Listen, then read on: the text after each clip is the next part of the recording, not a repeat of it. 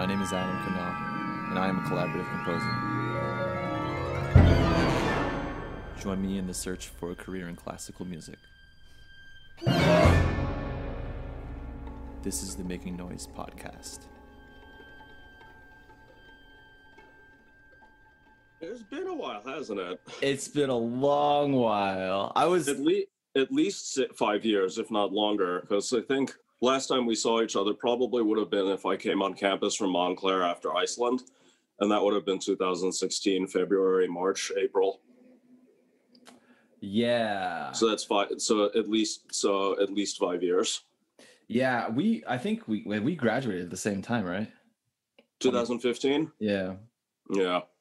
Yeah, I periodically I need to do something about this cable. Hold on a second. You went to BGS. You went to Bowling Green after Montclair, right? Yeah. Good shit. Okay, I think we're good. Can you hear me? Yeah, you hear me? Oh, I can hear you beautifully. Very yeah, good. Man. After graduating, I took a year off and just worked and prepared for graduate school applications and shit. So I was like kind of on and off campus periodically for performances and stuff during 2016. But Good stuff. Yeah, you went to Iceland? I did like a semi, like, what the fuck was it? I did the performer certificate thing, but for composition. I worked with Marcos for a semester and then went to Iceland, did an artist residency. And that was pretty fucking fascinating. And then ended up applying to grad schools while I was doing the residency and got into Pitt. And I've been here since fall 2016. Nuts, man. Yeah. That's a ride right there. I love well, we got to give a big shout out right there that you just did to Marcos, Mr. Marcos Balter. Beautiful person. Are we on the air already?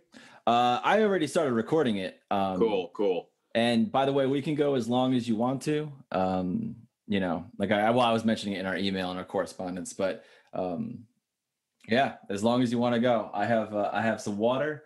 I have some scotch, and we're good, baby.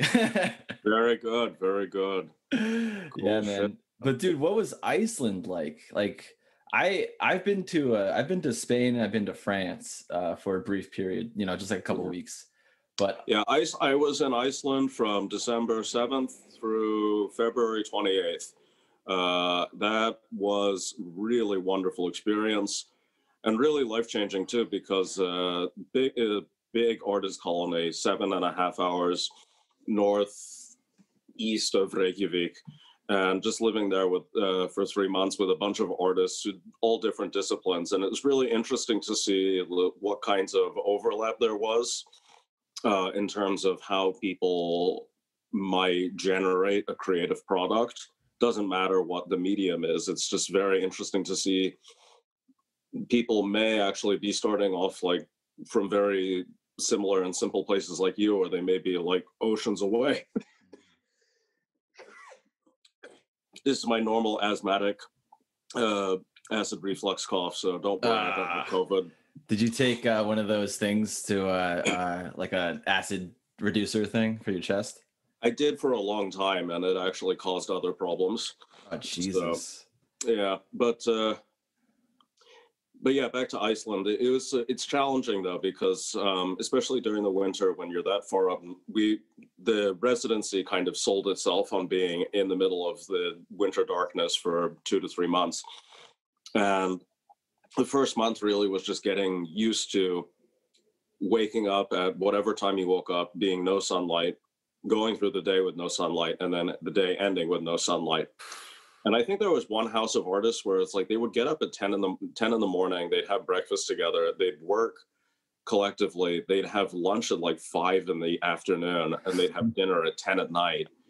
And it's really something being out there just with these other artists and just like breaking bread with them and talking about what they're doing, what brought them to that point, and that kind of thing. And you learn a lot about creating in general. And I'm really grateful for the experience, because it was the first time like messing around with improvising with non-musical media. So like have someone who's doing speech or someone is dancing. And those kinds of experiences are really important to sort of like break out of my shell, which 5 years ago I was pretty rigid in terms of how I approach composition and making art in general. So I would say that was a pretty transformative experience.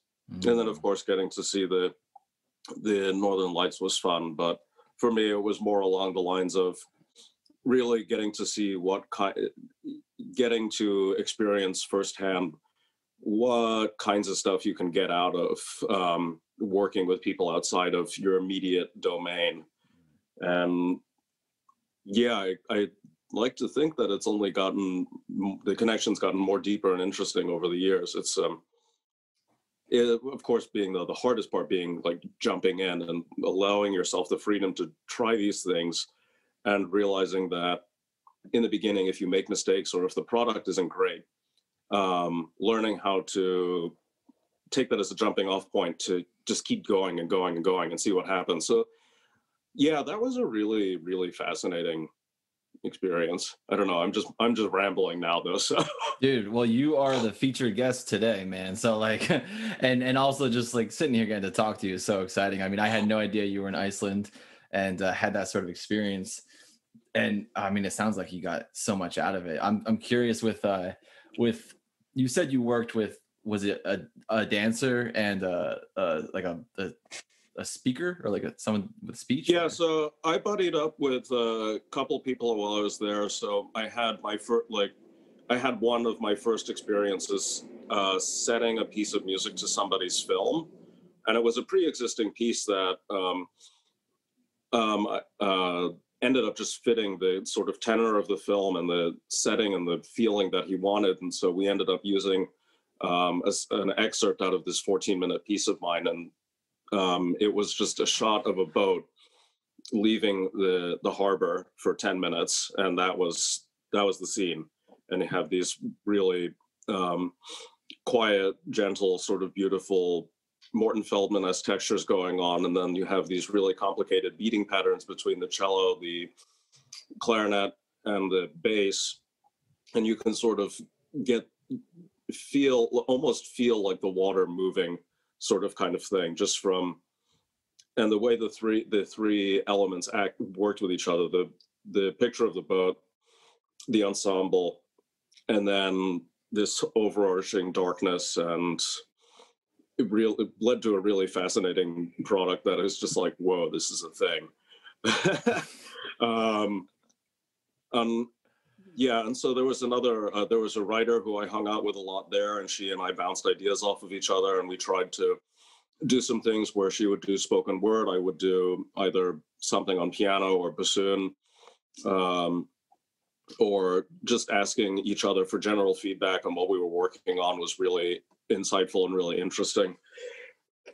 My favorite part of being in this little residency program, though, was we were in this really, really tiny village. It's less than 800. I'd say it was around 800 people, maybe probably less.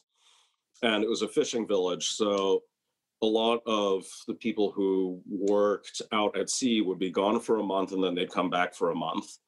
And then the only other nearby neighboring town, I think, maybe had 1,300 people, and was connected by these two tunnels that were collectively 7 kilometers long. And at nighttime, if you were really crazy and really brave, you could go into the tunnel and play your instrument there, and you'd get this tremendous reverb from playing in this big ass tunnel. So I was there playing bassoon one night, and a couple of other people tagged along because they were interested to see what it was about. And there was I think the camera guy was shooting video, and this one actress, movement artist in residence who was also there at the same time, started dancing, and that was a really interesting experience to see how is she reacting or to what I'm producing, and how are we communicating, basically, without words, of course, and in real time. And that was sort of the first time trying to do anything like that. It's interesting. I hadn't thought about it this way, but I feel like I'm revisiting a lot of those themes and things that I was interested in 5 years ago, or has introduced to 5 years ago, but in a very different context now that we've been in. Well, we're technically out of quarantine, but we're still living and working at home. So it's yeah. That's a whole other sort of level of improvisation that has to take place. yeah, but yeah. I Yeah. this was an impromptu performance sort of thing, like in that tunnel. Yeah, total. It was total. I mean, we planned to go there, but we didn't really set up any rules for what was going to happen. Also, and because this tunnel was so huge and straight, you could just set up. If a car was coming, you could move yourself off to the sides and nothing would happen. And I think I have a recording of this somewhere, but there's a point during the improv where this big truck comes through, and as it's driving by, I'm blasting a multiphonic, and you can hear the driver honking the horn at us. How did the pitch of the horn interact with the multiphonic? It was too powerful. The multiphonic got drowned out. Ah, damn. We got to get you a megaphone next time. What about your instrument? Like because it's cold there, right? The bassoon was fine. I probably should not have been so cavalier about it. You were going with it, man. You were feeling the flow and like letting it happen. Yeah. My bassoon has been through a lot of abuse. I'm very grateful for her, and I should take it out and play it again someday soon. It's been a while.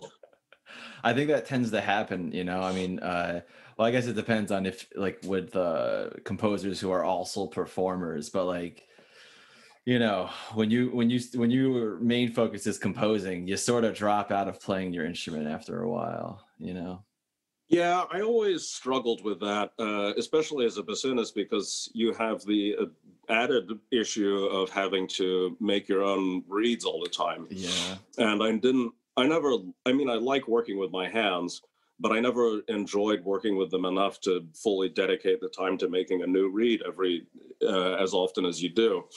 And I had always sort of it took a long, long time to realize this, but there was a very, very palpable disconnect from what I was writing.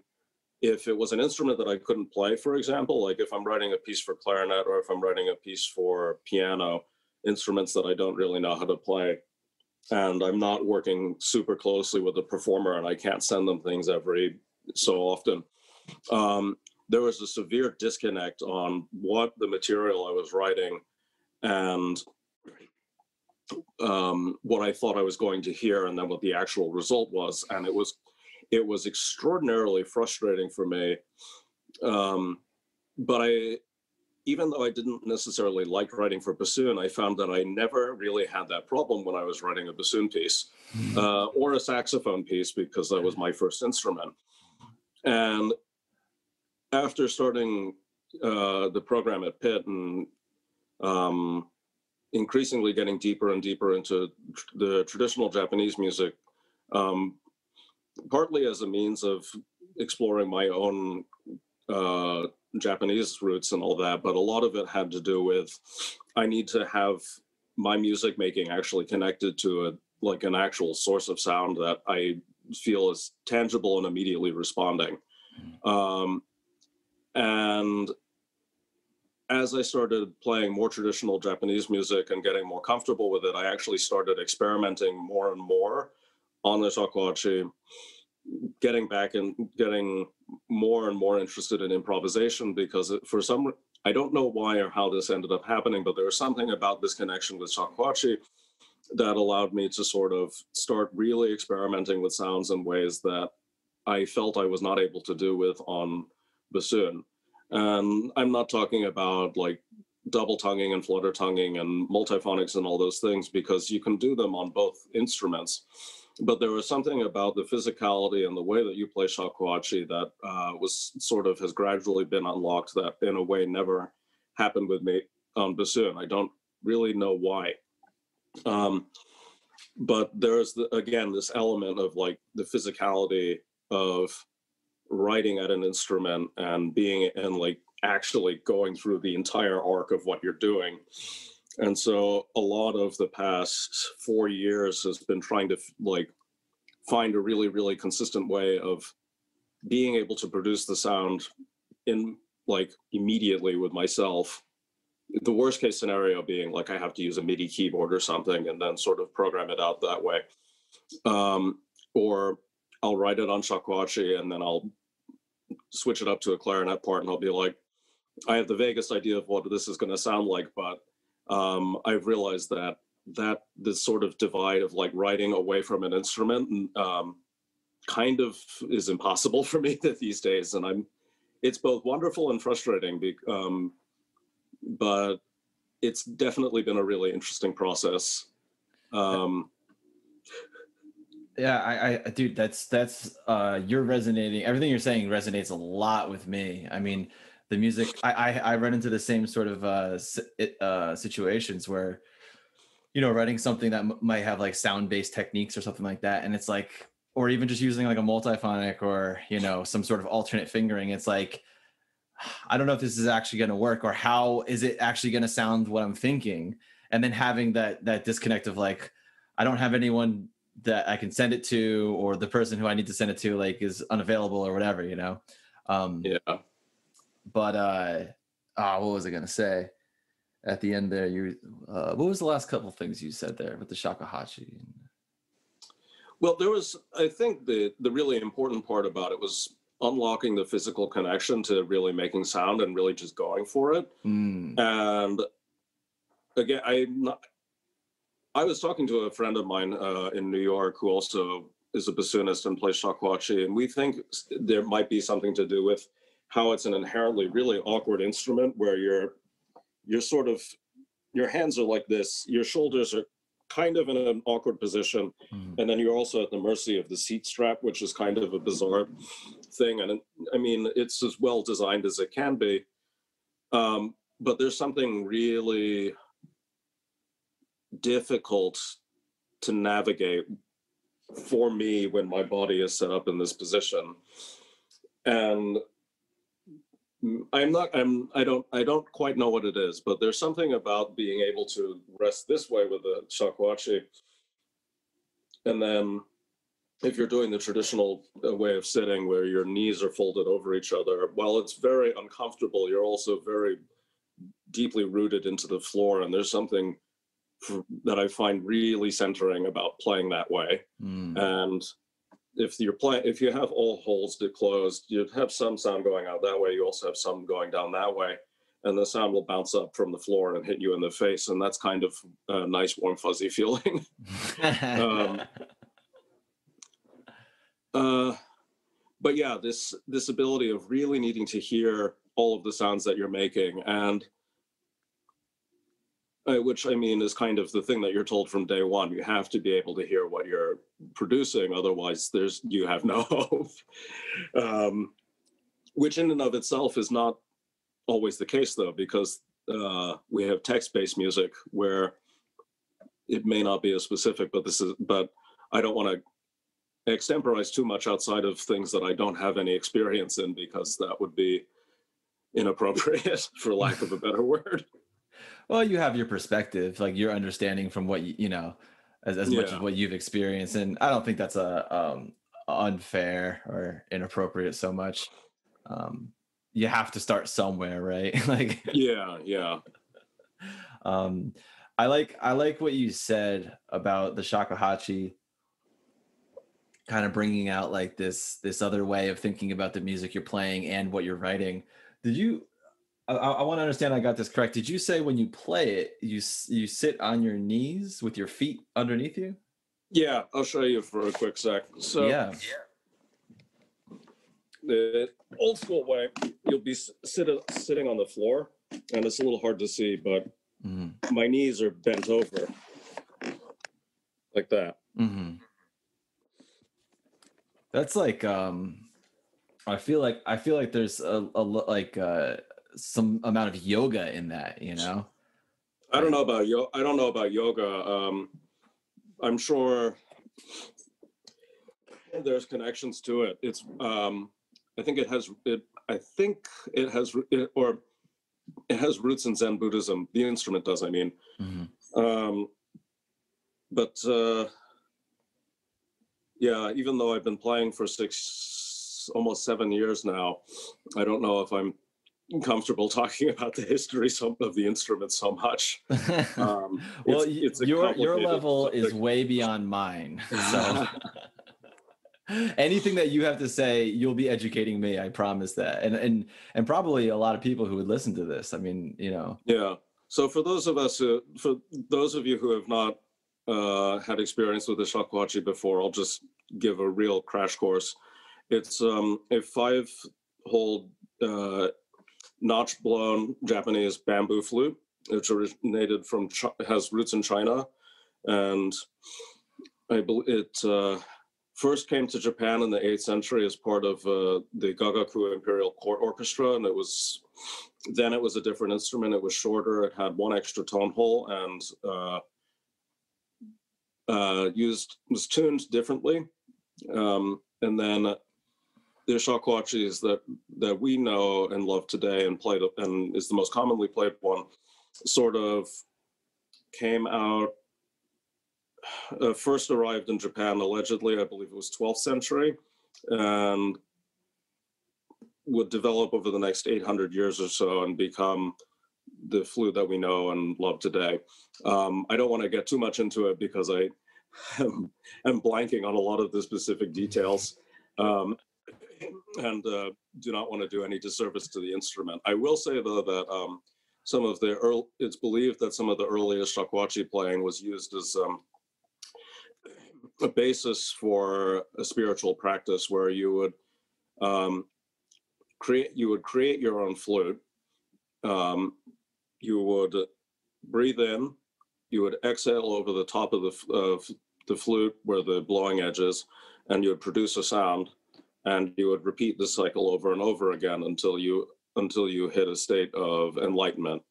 And this blowing of the bamboo, which is called suizen, became this the essential activity and means of reaching and attaining enlightenment of a certain sect of monks who they believe are called the Fuke monks. That sect of Buddhism is defunct as of the 19th century during the Meiji Restoration, I believe. But it's interesting because for me, when I started playing shakuhachi in earnest, it wasn't about necessarily meditation or reaching enlightenment or anything like that. It was really, I wanted a physical means of just communicating with my roots. And it's been a fruitful investigation, I'd say. More than an investigation, it's taken hold in quite a profound way. So, yeah, and it's really amazing that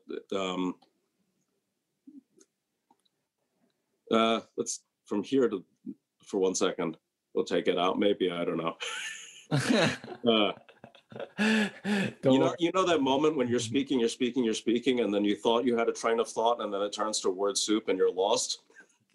Man, that's been happening to me a lot lately. It's been like I'll be having a conversation with my girlfriend, and we'll be saying, she'll say something, and then it'll like spark this thing in my mind, and I'll be like, oh my God. And I'll start talking, and I'll like be dissecting whatever it is. And then I finally reach the point where I'm about to make my point, and I don't remember what the point was. Yeah. Totally. It's a long travel. What did this stem from Elizabeth Brown? Oh, absolutely. Elizabeth was the one who got me started on all of this, really. What was it? We met her in 2013, I think, right? Yeah, it was one of the Parch concerts, I think. Mm-hmm. And then she started working at Montclair in the fall 2013, 2014. And then she was there 2015. Yeah. So at least that's what I think. But it was, I owe a lot to Elizabeth because she was the one who introduced me to all these actual hands-on experiences working with traditional Japanese instruments. In New York City specifically, you have the Columbia University's got a traditional Japanese instrumental program that's open and free to the public. I did not know that. Yeah, run through the Institute for Medieval Japanese Studies. And they're still operating currently through remotely, of course, now, but they're still going strong and doing the thing. And while I was at Montclair, I was able to go and join this program Thursday nights. I was only able to do it, I think, in 2015 and 2016. But I would go and you'd get to learn how to play traditional court music.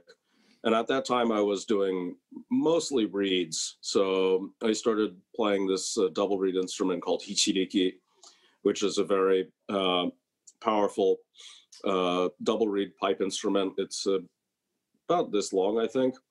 And it has a range of an octave and about a major third, perfect fourth. But it has this incredibly rich sonorous sound.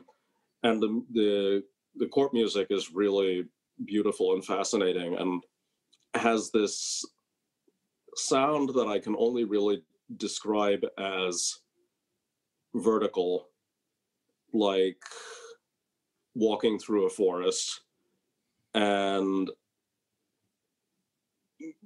really just allowing yourself to kind of start from your hips, go down, and just really try and feel all of your bones as you're walking. That's kind of how this music feels to me. And again, this sort of profound weight and connection, if you will. But so while I was doing the hichiriki and the court music, I was also trying to learn how to play shakuhachi, which at the time felt like a completely Sisyphean effort, because I could do all of the proper fingerings and could sing a lot of the pieces, but I couldn't actually get a sound out for about a year. But I continued doing it and started really being able to get a sound out. Actually, I'd say 2006, like second half of 2016, I was finally finding a way to make it work. But the funny thing, though, is that it really, really took off, I'd say, when I came to Pittsburgh. And I think a lot of it was sort of yearning to go back and work with Elizabeth and Ralph Samuelson, another amazing shakuhachi player and teacher who's in New York, and just to continue deepening this connection. And still continuing to study and work with them, and that's been a tremendous experience. I have, it's hard to find words on to say how much it has changed my life in so many positive ways. And it's interesting too, because with this, from going from one instrument to another, and again thinking about physicality. You don't play shakuhachi like you play bassoon. It's totally a different instrument. And so going from one way, it's like learn it. I wouldn't say saying it was like learning how to walk again would be really extreme. But going from a double reed to a flute with no resistance is a really weird experience. But then learning how to, like, changing the way I sit, the way I stand, the way I do all these things, and now being aware that I'm leaning forward and having awful posture, but like, these sorts of things. Well, even like you said, like the way that you sit on it is totally like, you don't sit like that when you play the bassoon. No, that would be kind of funny. That would be really funny. Yeah. I think like what you said earlier too about the way you hold the bassoon too. I always thought that like when I see a bassoonist playing, I'm like, that looks so uncomfortable. Like, it's a challenge. Your arm is up like this, and it's like you're perpetually carrying a suitcase or something. Like. Yeah, and I have I think my left shoulder for a long time was actually was pretty badly developed muscle-wise in comparison to my right side. I don't know if it was entirely the bassoon's fault. It probably had a lot to do with just my regular ways and habits. But yeah, playing shakuhachi helped me rethink about a lot of things. I mean, it's a really, really long process though, and I'm not saying I'm done. I'm barely scratching the surface on all these things. Yeah. Yeah, I know with guitar, like, or at least specifically classical guitar. I mean, classical guitar, it's almost similar, where like bassoon, you're like this, classical guitar, you're like this, you know. You got the stool too, right? Yeah, well, here's the weird thing that I always had trouble with posture too, because like I use the stool, yeah, like for your left leg. So like for anyone who doesn't know about classical guitars, often we use this footstool that you mount your left foot on so that you can raise the guitar on your left leg, which makes it more accessible for the left hand to play the strings without straining your wrist or anything. And there's other things you can do as well. There's like a cushion you can put on your leg. It almost looks like an apostrophe. It's like a little pillow. Those things are awesome. I always wanted one and I never got one, but this is part of my problem with posture was like I had that stupid stool, and like when you have that stool, when you have one leg lift off the ground, all of the weight, all your weight leans to the side that's being lifted, right? So yeah, all the weight was on my left butt cheek. And oh no. As I'm playing, I'm also tilting in like this. So like I was contorting my body, and I always got like right back here on my shoulder. Like it always got strained or pulled. And yeah. And then when you go to compose, it's only going to be worse because we're usually using like similar related muscles and like just, for lack of a better word, just completely fucking it up. Yeah, well, and also just sitting there. I mean, when I moved to Bowling Green, one of the first things I bought, which I have right here, right now, is my drafting table. The table that comes up, like, you know. Yeah. I never had one, and then when I went into grad school, I was like, I'm buying a drafting table, and because I couldn't stand doing this, like, you know. Like, I should do that. I should do that. You read? I think it was Morton Feldman who said in "Give My Regards to 8th Street" that composing would be so much simpler if you could just find the right chair to sit in. And whether or not I might be paraphrasing, but for me, when I read that quote, I think it was 6 years ago, was the first time I read that quote. I was like, this isn't just composing, though. This is pretty much like if you can find the right chair to sit in, you can do just about anything. Which is really interesting because you like take, for example, if you're seated properly, it's easier to breathe. It's easier to then circulation is better, and then immediately the idea of processing information gets easier, right? Your blood is oxygenating your body. And so I don't know, I'm totally extemporizing. Well, this is really interesting actually, because my girlfriend and I were having a conversation. You know, have you seen the documentary on Glenn Gould? It might be the 33 short films or something. I haven't seen it, but I know. But what he had, the 14-inch piano bench. Yes, the one that he carried around with him everywhere. Yep. That right there is an example of having the right chair. You make it work. You make it work. Exactly. I mean, it's incredibly bizarre, but at the same time, like it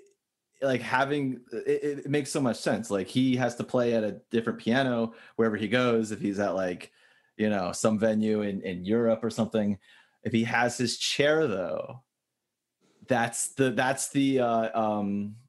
what's the word? Like the common denominator. Like, I don't know what the word is I'm trying to say right now. Well, it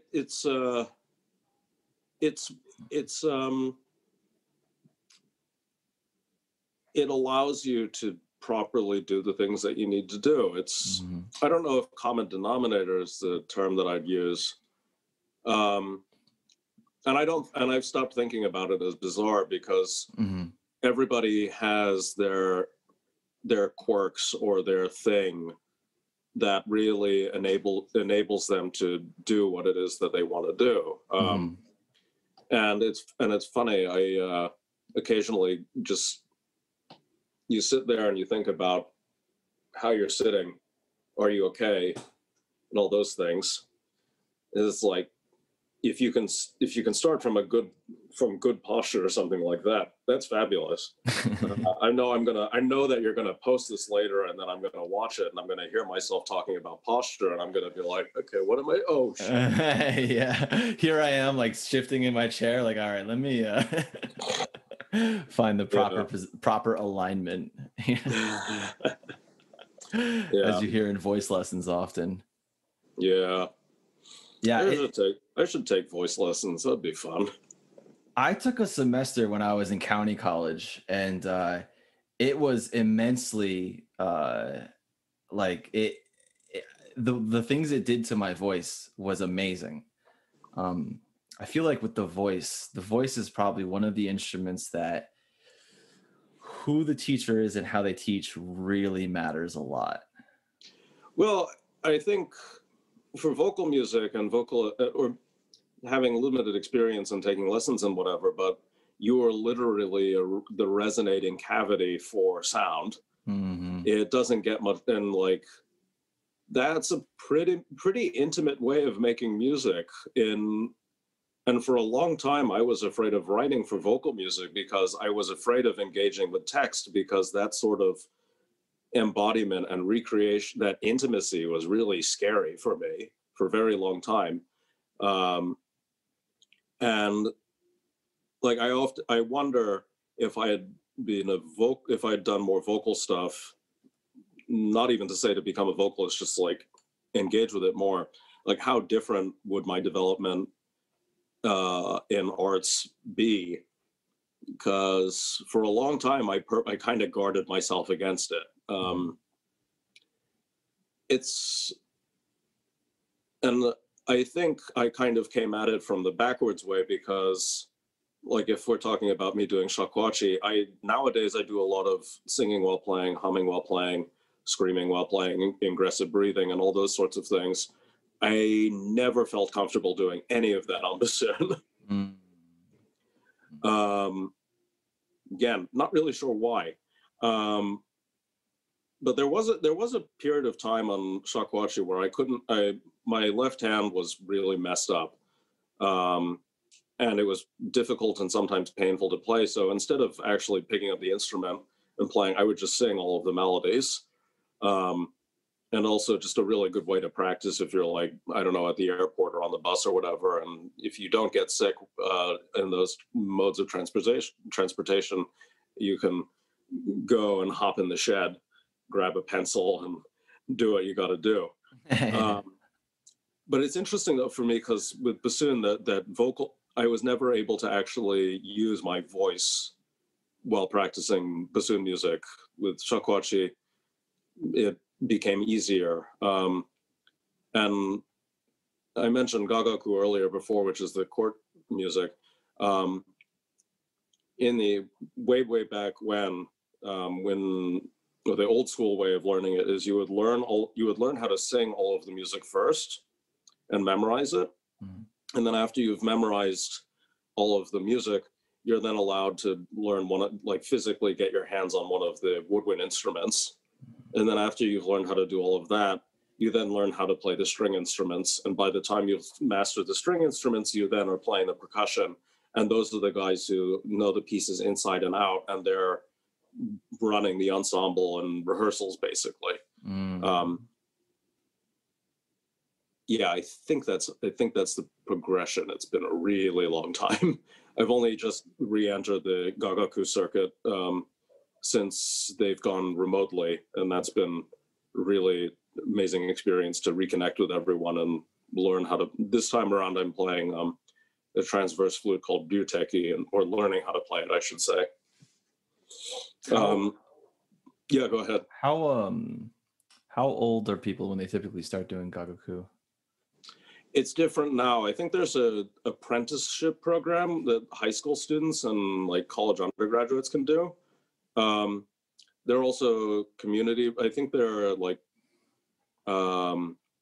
there are many different entry points.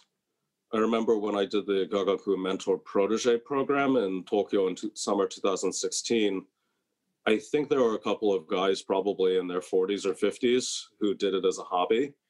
I don't really remember though off the top of my head, and would have to do some Google searching to figure that out. Right, right. Okay.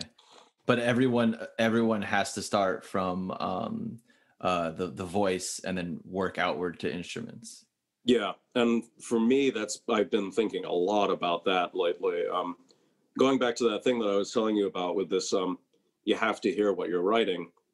So back in May, I signed up for an online summer festival, and it was percussion, and got in and said, okay, you're going to go write a piece for 2 percussionists. And I think it was June, and I was trying to sketch things desperately, frantically, just trying to find something that worked. And the bottom line was I could not hear a single thing I was writing.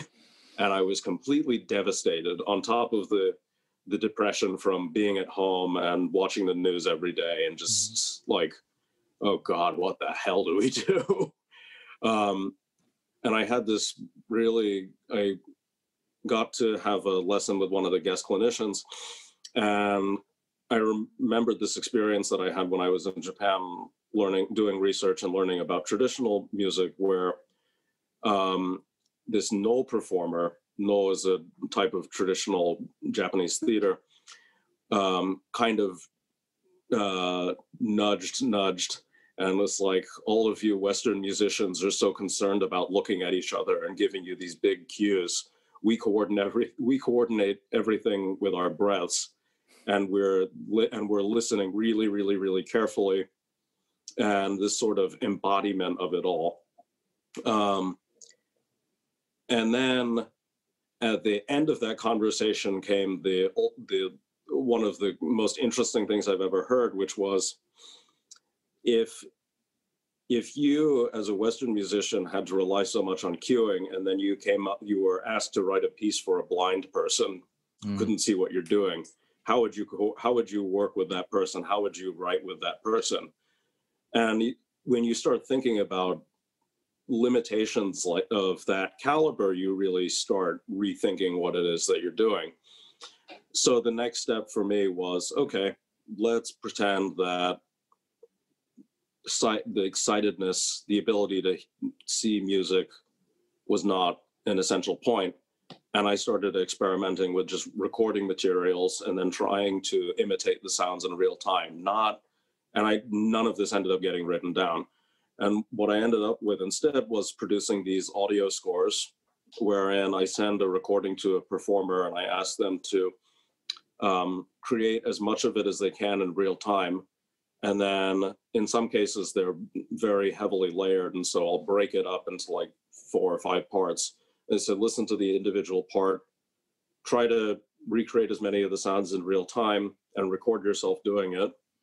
And then we'll put all of them together, and we end up with, I call it a translation of the audio score, because I want the performers to really be able to own this piece and say, this is my label on it. And I don't want it to be something like where you're playing Mozart or Bach and you phrase something a specific way. To me, that's too nuanced. That's too specific. And I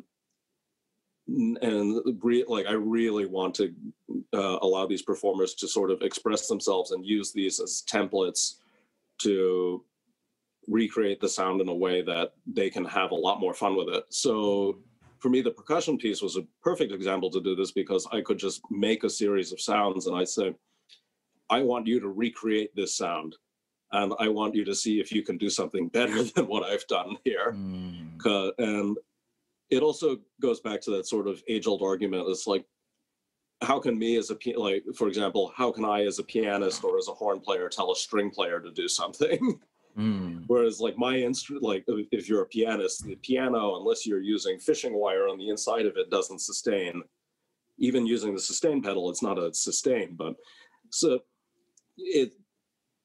having done 6 of these different audio score projects with about 10 different performers, I think you get a lot of different responses to the same stimulus, which has been really, really exciting for me, because in a way, it's more direct than written notation could ever be. And it is significantly more intimate because I'm literally whispering a sound into their ear. And it's really fun to get to talk about the different ways that you can approach making that. And I think in every instance, the sound that the performer has made has totally kicked the crap out of whatever sounds I gave them.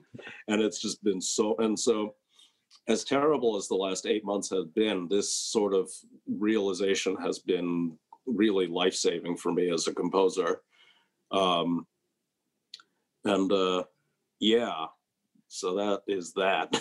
Dude, this is one of the very fascinating things that I've learned about you recently. I mean, like in corresponding leading up to this, us talking right now, when you told me about your audio scores, I was like, what is an audio score? And like, and you know, and you sent the video, which you're cool with us playing right here, right? Yeah, go for it. It's such a fascinating thing. I have like a bunch of questions about this that I'm like, because it's so fascinating. For one thing is, I'm going to ask two of them in a row. So one thing is, how did you come upon this solution? Because like you were saying that you didn't know how to do these sounds and stuff like that, and then there was the one person who was like, oh, you Westerners, you rely so much on someone telling you what to do. So like, how did you figure out I need to just record it and then tell them to do the same thing? And then the other question is I hit that point where I don't remember what I was going to say. It might come back to you. Yeah. What was the other question? The blindness. No, not that. How do you know when you're done with the piece? That's an interesting question because in a way, these compositions, for me, the way I have been writing them, I found that the good point to stop is not actually the point where you feel like I've made it as perfect as possible. I actually find that I've sent each audio score hits a point where it feels like if I make this too perfect, then it loses the point of being translated. Does that sort of make sense? I think so. Yeah, like if you're being too like you said, nuanced and precise about what needs to happen, yeah, then you're gonna lose that like authenticity. And well, I don't like the word authenticity. In this case, well, maybe authenticity is a decent word for it, but it's like once you pass that threshold, it's like, why don't I just write a fixed media piece then? Sure. And that's not what these are about. And I have a couple pieces that use electronics or fixed media and a live instrument, and so then you're at the mercy of like getting it absolutely right.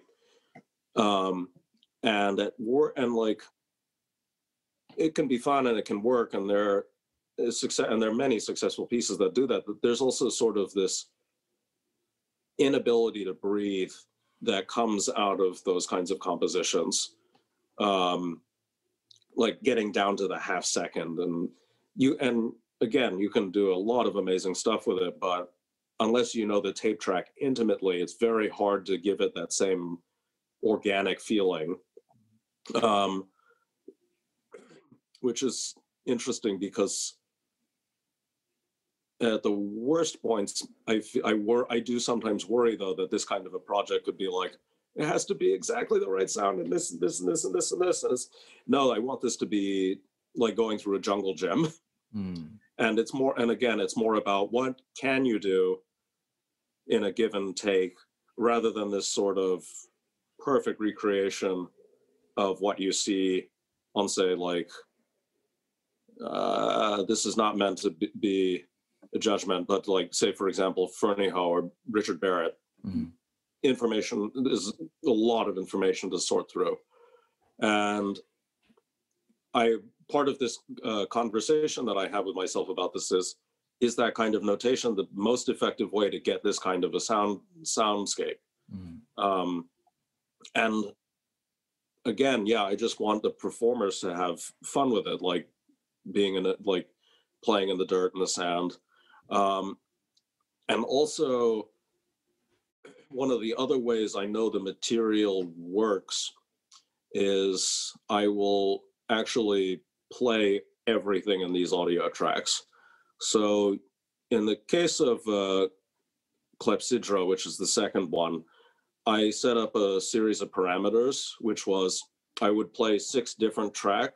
I would improvise and record 6 different tracks of myself. They would be no shorter than 2 minutes and no longer than 4.5 minutes. And then all of them would be time stretched to be 7.5 minutes in the end. And each track had a specific instrument. Then I put it all through Ableton, time stretch everything, 7 minutes, 7.5 minutes. And I only allow myself to use a certain amount of parameters, usually panning and just changing the dynamics for balance. And then beyond that, I basically give it to the performers and say, here are the rules. Pick and choose anything that you like, anything that makes a sound that you like. And I use this glass and a couple of them and just filled it up with water, hit it, drank some water, gurgled. There's one piece actually where I couldn't stop coughing.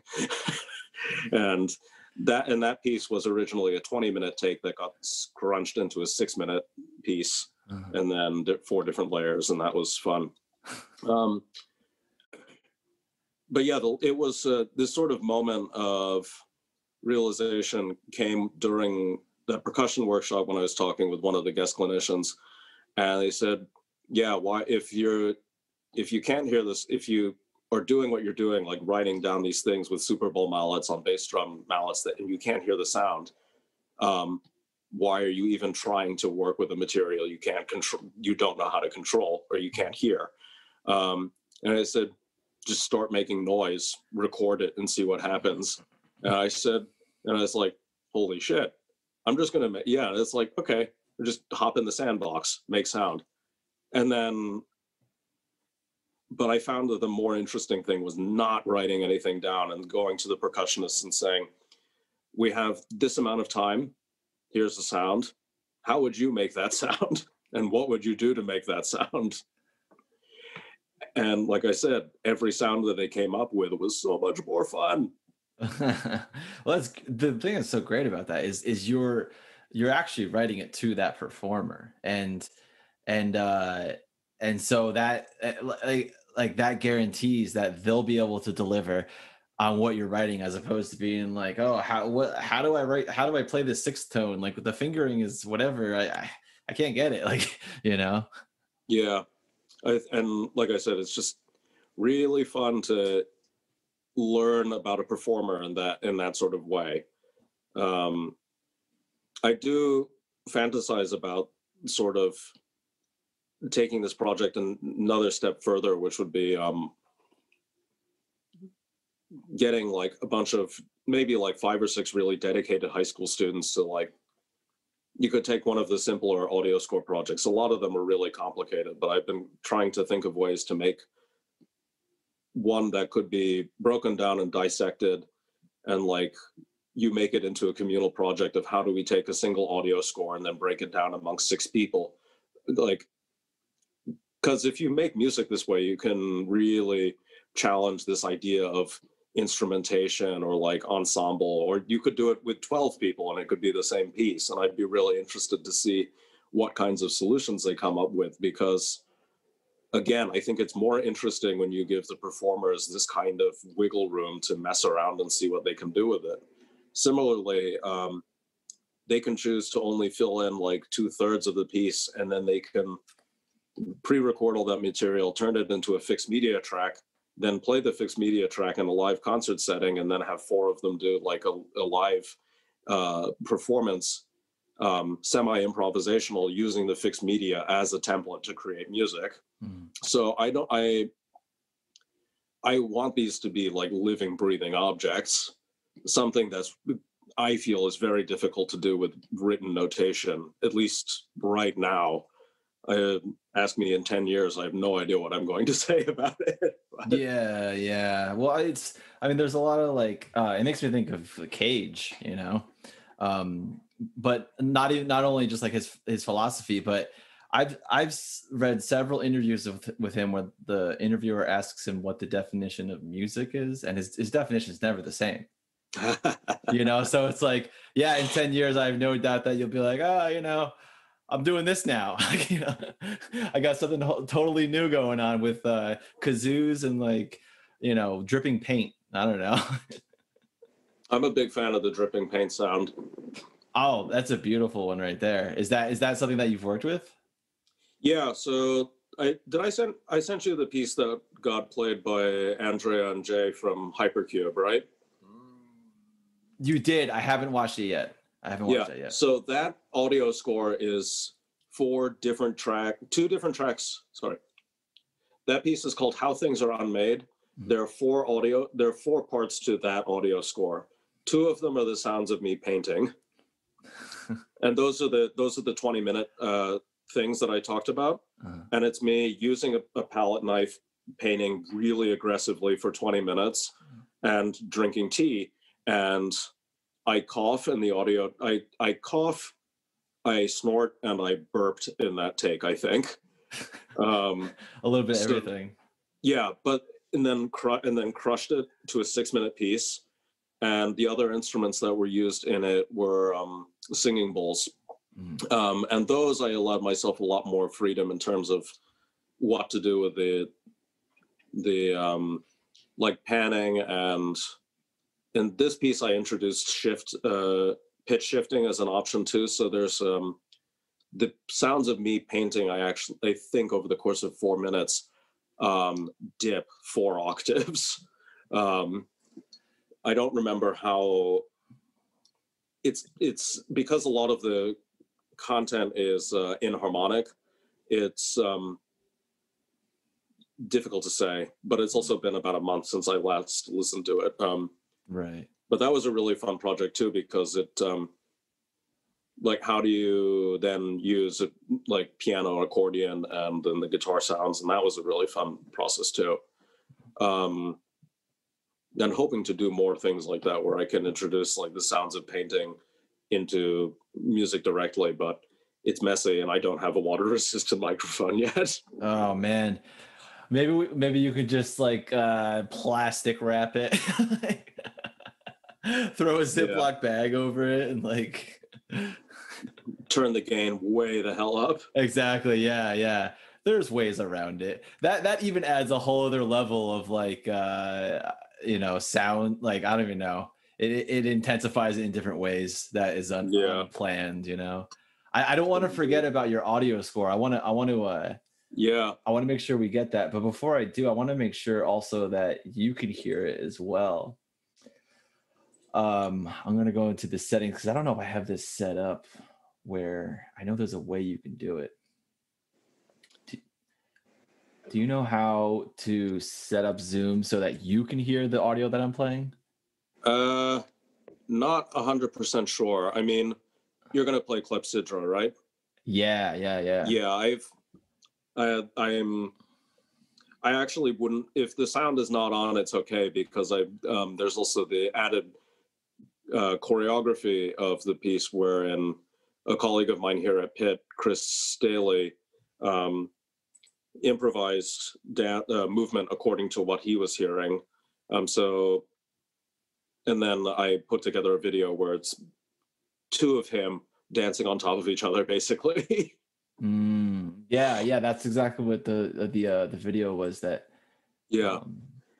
and so I was, when I asked him to do that, I was very interested in like, what would happen if you say, recreate the sounds you're hearing through moving. Don't make sound, but just move. I don't want to give anything away before I play it, but I will say that I thought he did a fantastic job with the sounds and everything. Yeah, I really, really stoked. He did movement for How Things Are Unmade, and he's going to be doing another one for another audio score called Sonic Cartography. When is that planned for? December 11th or 12th, I can't remember. So that's I will send you soon, man. I'll send you the info as soon as I have it. Do you post this stuff on your website at all? Yes, I do. Okay. The website needs an update. I love your website. It's like bio something else and then more, and then more is this huge drop down menu of like everything. Yeah, oh boy, yeah, that needs an overhaul. It's fun though. I'm gonna share my screen with you because I have the video up right now. I want to see how this. All right, can you see this? Yes, sir. All right, I'm gonna play it real quick and let me know. Can you hear it?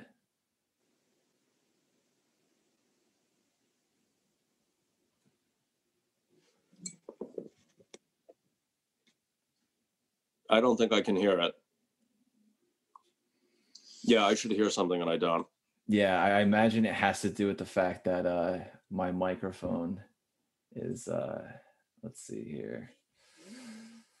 Oh, I don't know how to see. This is amateur hour right now. You're good, man. You're Here, good. share computer sound. I think I got it. All right. That's it. Can you hear it? Yes. Ah, beautiful. All right, I'm going to start from the beginning. All right, so for the next 7 minutes and 18 seconds, people, we're going to be listening to Devon's, how do you say this? Clepsydra. Clepsydra. All right. And for people watching, you get to see the footage. For people who are listening, you get to listen.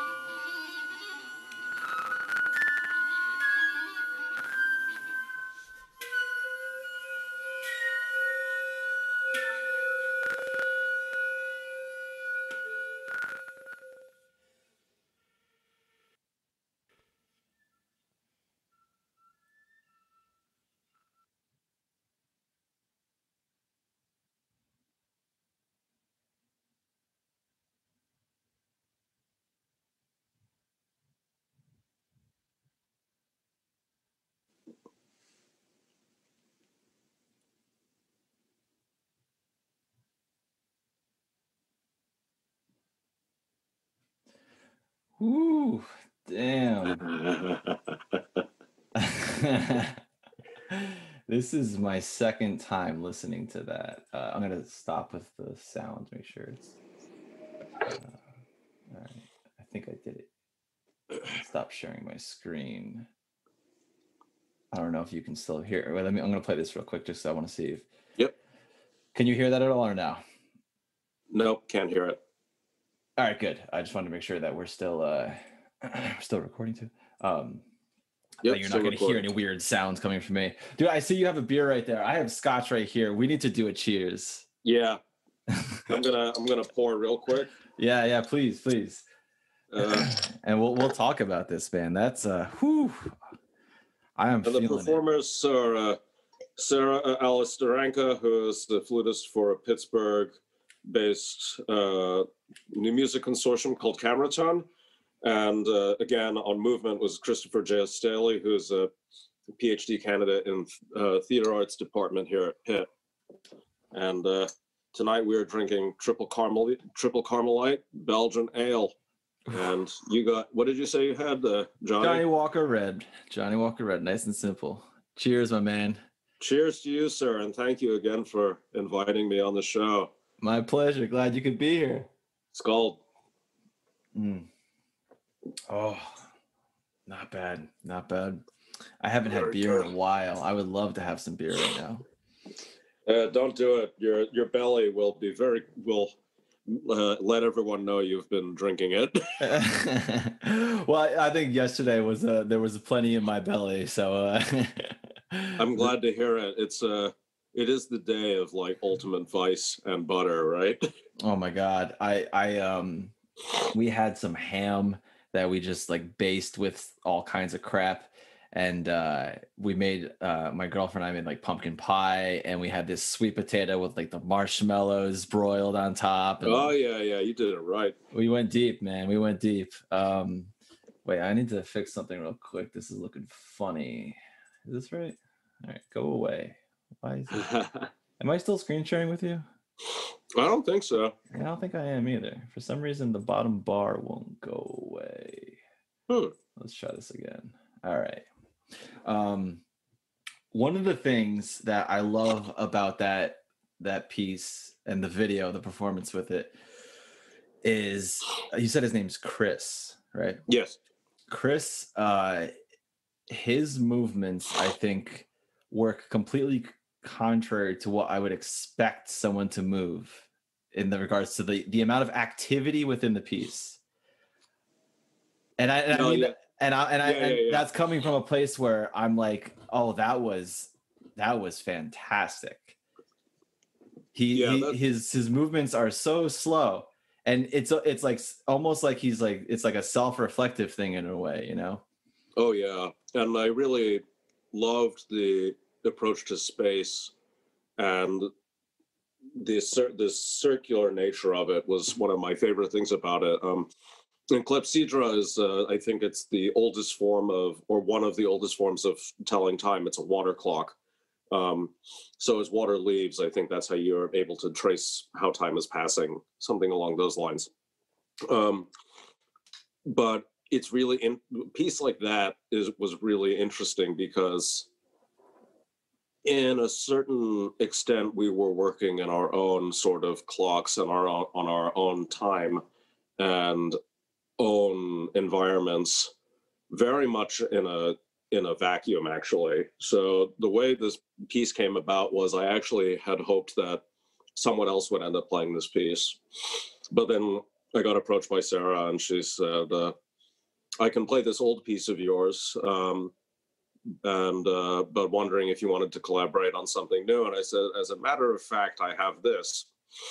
And then a couple weeks after experimenting with different sounds on everything from Renaissance flute to bagpipe chanter, I was like, why don't we see if we can't add movement to this? And I thought about Chris, who I've known for the past year at Pitt, who does a lot of work in theater and movement, in this with the. And he does research on the Suzuki Company, which is a theater troupe in Japan. He also is started doing some workshops on nogaku, again, this traditional Japanese theater form. And I gave him very little instructions in terms of what to do. I just said react to to what you're hearing, and he came up with a series of rules of his own, using a series something called the viewpoint techniques, which I'm going to look the name up so I don't get any of this wrong. Is that like a theater or acting sort of thing? Yeah, let me pull up the little thing, because it's his words, and I don't want to get this wrong. Did you overlay the video like that, or was that? Yeah, I did the video, and I did the mixing of the final tracks and all that. So the way Chris came up with the movement is what he writes in a recent proposal that we put together was, a third element of improvised dance was added to the tapestry through the use of the viewpoints work developed by Mary Overley and picked up by other postmodern choreographers and directors like Anne Bogart. The dancer responds to the audio track non-hierarchically, allowing for the live presence of the environs to impact and alter the pre-recorded soundscape. The dancer mimics the same creative process as the flutist listens to the audio port scores and interprets this sound and reacts to them in real time. And if memory serves, there are 6 specific parts to the viewpoints. He goes on to say that, let me see. The viewpoint text, or for those comfortable with this vocabulary, performers might avail themselves of the original viewpoint taxonomy from Mary Overley: space, shape, time, emotion, movement, story, or the 9 viewpoints of space and time as described by Anne Bogart and Tina Landau.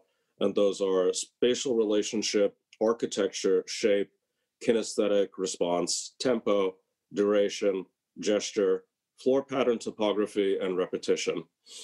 Now it's interesting because depending on what kind of like musical composition you're thinking about, maybe if you think about like Xenakis or Stockhausen, this idea of spatial relationship and shape and architecture are pretty salient if you're working, like if you think about like Gruppen or Carré, where you have 3 orchestras or 4 orchestras.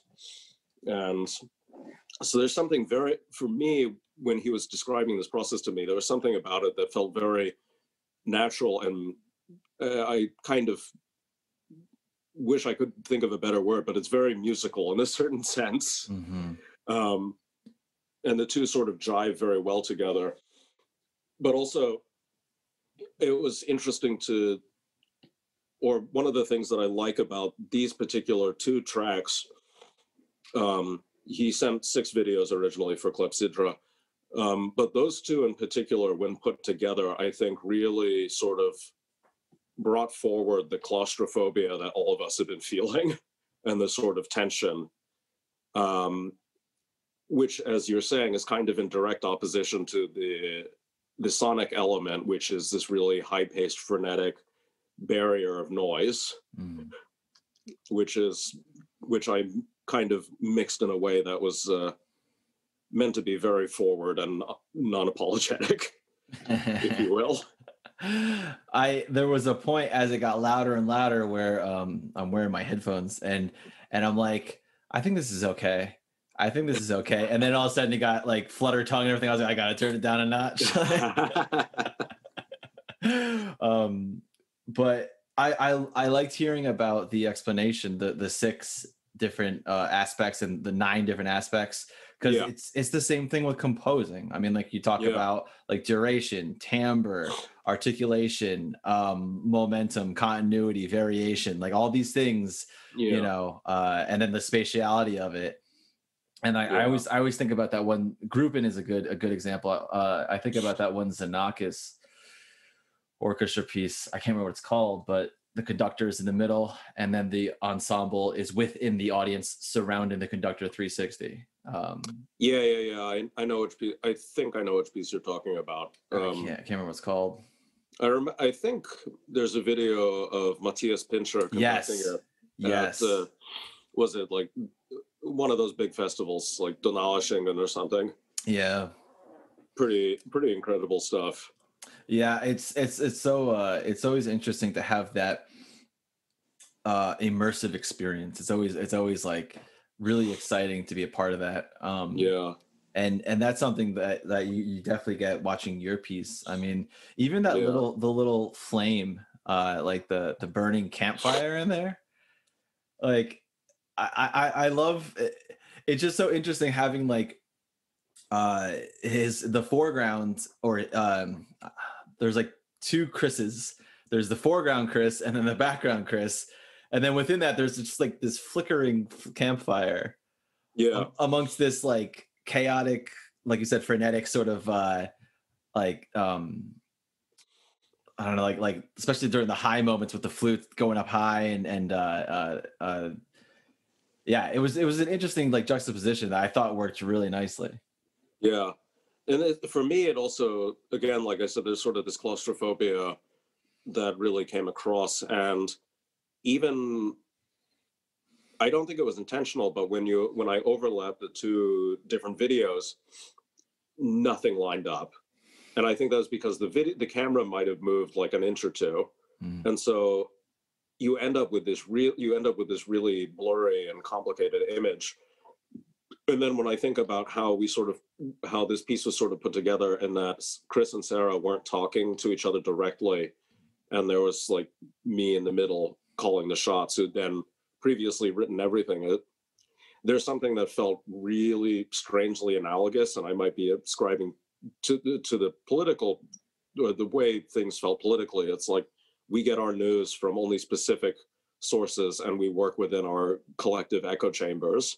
And there was something really, really bizarre, and kind of that might have been a moment where I was like, I'm overthinking my compositional process to the point that is detrimental. But there was something really, really weird about that. Is like, what have I done?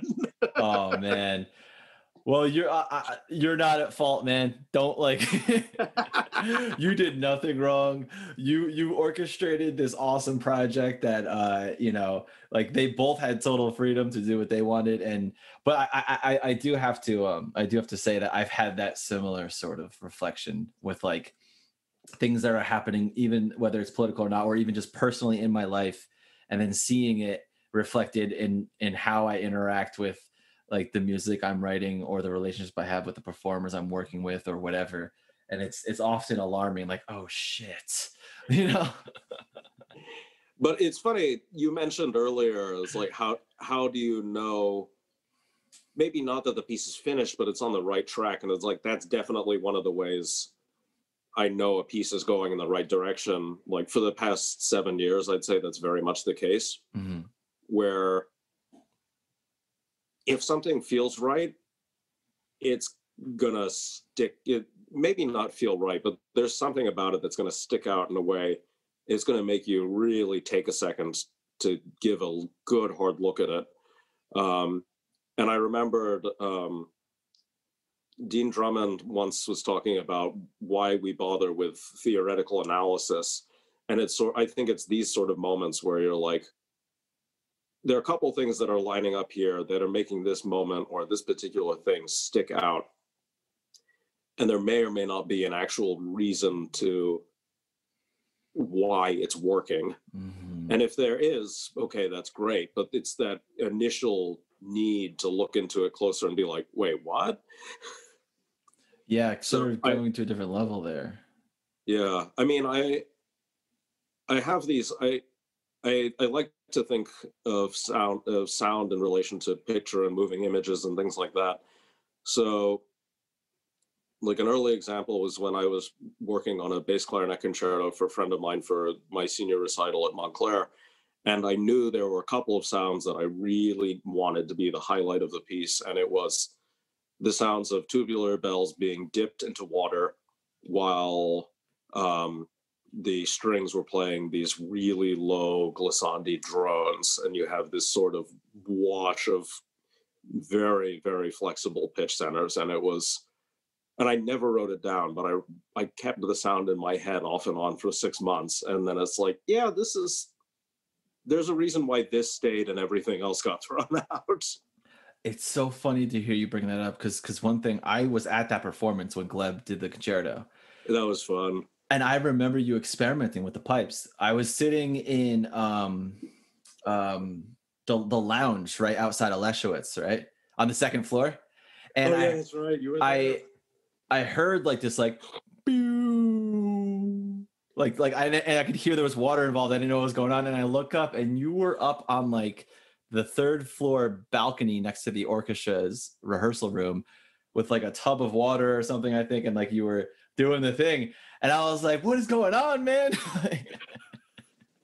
That was so much fun. It's awesome to hear you bring that up, because I honestly forgot about that. But it was an awesome performance. Gleb is phenomenal, and that was a sort of pivotal moment for me, because I don't think prior to that moment I ever considered the use of water in a piece of music. Yeah. Or if I had, it was completely just superficial, you know? Well, thank you. That's a very, very, very nice of you. Totally, man. Yeah. Yeah. But that's interesting to hear. Are you, is the audio score thing, this is like sort of your main focus now as a composer now? Well, it's definitely taken up a lot more of my time and energy than I thought it was going to.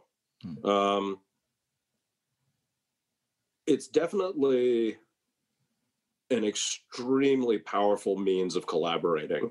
And I really love like I said, I love the amount of freedom and range that this gives to performers. And also that these pieces can breathe. I am not, I'd say it's probably 60% of it. The other piece I'm working on right now is a multi-tracking piece for traditional Japanese instruments through this program at Columbia. Since it's being done remotely, I'm trying to take advantage of the situation as much as possible, in that we have tools at our disposal that may or may not have been so easy to use in previous instances. So like setting up click tracks for 17 performers in a real life situation is kind of a pain in the ass. That being said, doing it remotely is actually not that difficult. And there's certain things that you can do in these situations that are difficult or impossible to realize in a real life concert setting. So I'm currently focusing a lot on that composition for this Gagaku orchestra, which is going to be 17 people or something like that. But beyond that, I've actually, I had one piece that was premiered November 12th, I think it was, by Cameraton, the ensemble that I mentioned previously. And that was a 13-minute song cycle. It was really, I've kind of been in a place where I'm reevaluating what the pros and, like, for me, what the strengths and weaknesses, and maybe not the word that I want to use, but the difficulties that, like, really, really thinking about how notation enables us, inhibits us, and things like that. So I'm spending a lot of time trying to learn like how do you go forward from that? And it was a really funny experience too, because in a certain sense, this the audio scores project is a lot less hands-on, because you're really giving the reins to the performer. It's like, tell me what sounds you're enjoying to make that fit this template that I've set up for you. And it's also very intimate and very enjoyable and really really fun. But when you have a score in front of you and, like, going back to this, like, okay, this sound here from here to here should be going from sul tasto to sul ponticello, and again over here later it should also be doing the same thing. And then like the tempo is getting too fast and then getting too slow. And it was really, really jarring to go back to that experience of being so precise. And and right now I'm trying to see, is there a way to like create a middle ground where I can have my cake, allow the performers to decorate it, and we collectively share it. That sounds like a good time, man. I want to be a part of that cake. My favorite thing to eat is probably cake. Cake is good. Yeah, I think one thing that I could imagine is a dictator on, or what will dictate whether or not you use that method is what the what exactly it is you're envisioning for the piece, you know? Yeah. And I'm wondering, have you, because, you know, in the classical musical world, I mean, you know, it's historically like classical musicians are just it's a giant cover band, right? You know, and generally, not a lot of experience with improvising. So have you run into that with any performers where their level of comfort with doing this sort of thing is kind of low? And like, how do you, you know, I don't know if you've hit that yet, but I mean, yeah. What are your thoughts on that? I'll speak from personal experience because I say that I improvise and have improvised, but I never bill myself as one. Like I'm basically I did the classical music thing. I'm doing traditional Japanese music now. I compose for Japanese instruments. I compose for Western instruments and many different combinations. But I am not comfortable saying that I'm an improviser because I haven't studied it thoroughly. I want to really get my heels into it and like learn more about doing it. And I just picked up what is it called? It's it's a book by Anthony Braxton with a Graham Locke afterword, I think. But finally reading about other things. And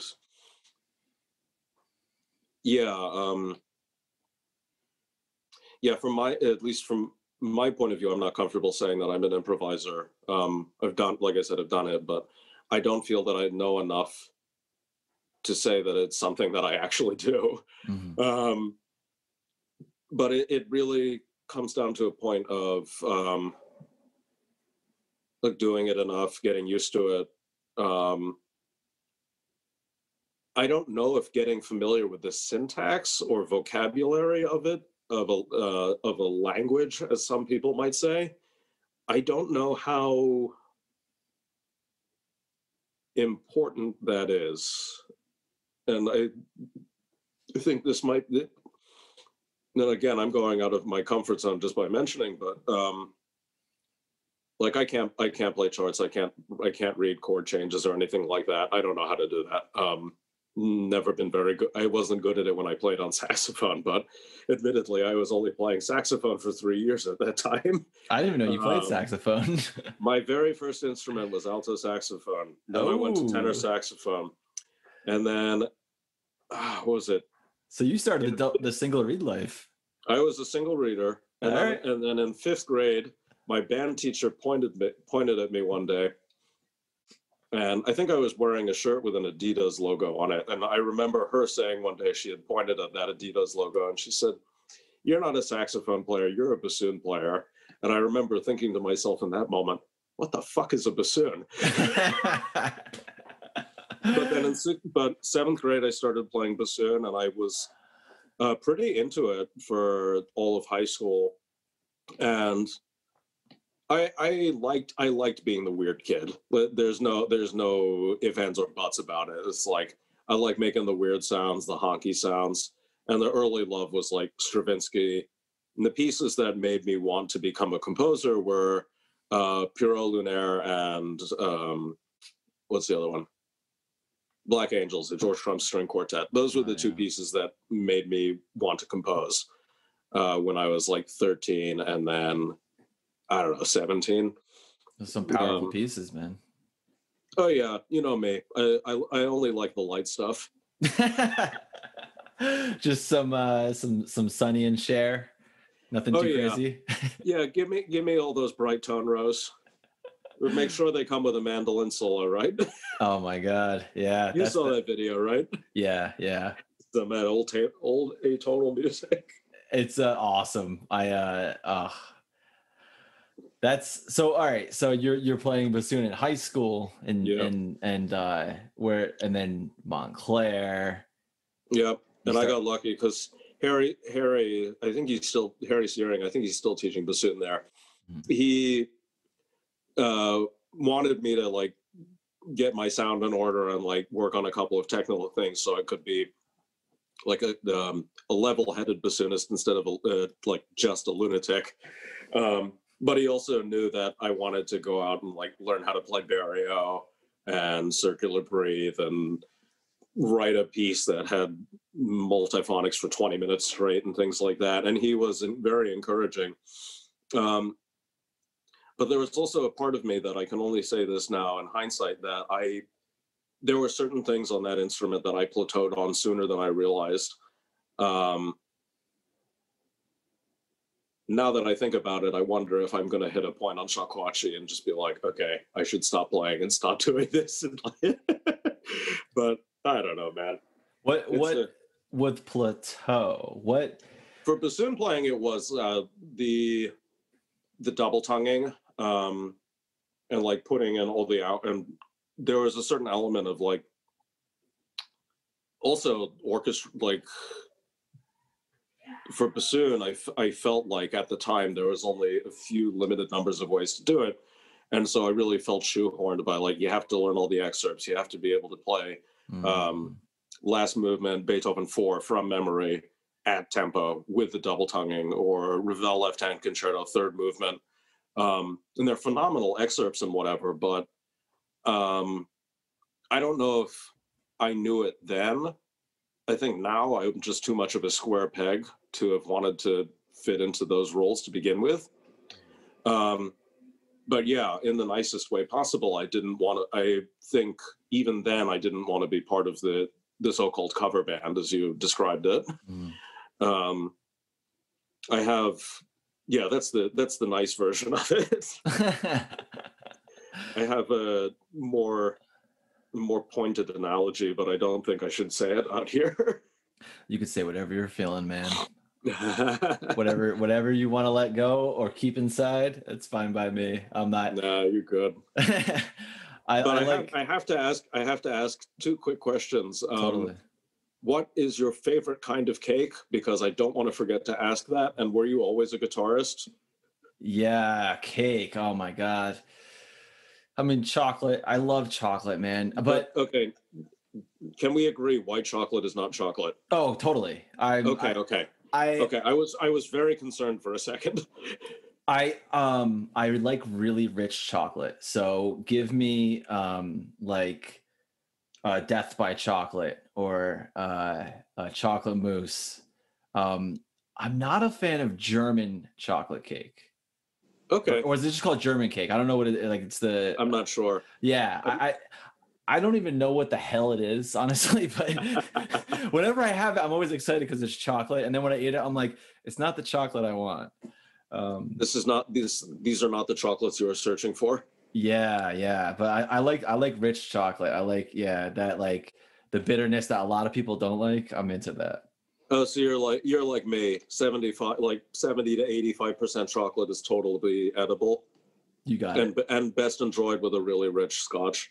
You got it, man. See, there it is. Scotch. I like scotch. Scotch does not like me. I think alcohol in general, it's like it's a beautiful thing. It's like No, let's not give it too much credit. It warms you up a little bit. It loosens the soul, you know. Yeah. One thing for me, I sort of plateaued with guitar at Montclair. Really? In the I sense, never felt that way. when I saw you play, though. Oh man, that means a lot, man. I struggled a lot. I struggled a lot with the way I plateaued was I struggled a lot with balancing composing and practicing guitar because I took both very seriously, and I wanted to be exceptional on the guitar, and so I practiced. When I practiced guitar, I practiced hard and like I practiced with a high intensity and a high focus. But then I wasn't composing. So then I'd start composing and do the same thing, but I wasn't practicing, and so that's one of the things I always found composers who are both performers and composers, like Amy Williams or Alex Minchak or someone like that. Like I find them fascinating, man, because I had never.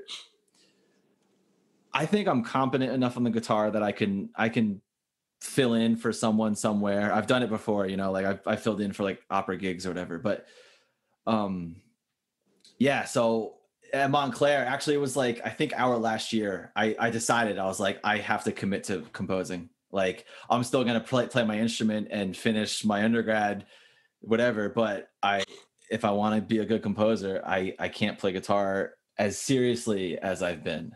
So No, I hear you. Yeah. It's difficult because I think both of us maybe have this. We want to do a lot of things, but the problem is we want to do them. Dude, let me ask you this: when it comes to and this totally relates, but how do you read books? Like when you read a book, do you read the entire book? Like what is your? Well, it depends on the type of book. So we should start there first, I think. Okay. What types of reading do you do? Oh, let's see. I do a lot of nonfiction these days. And so I've been doing a lot of research on Japanese instruments and starting to read in Japanese, which demands a lot of attention. So when I'm reading in Japanese, it's pretty slow.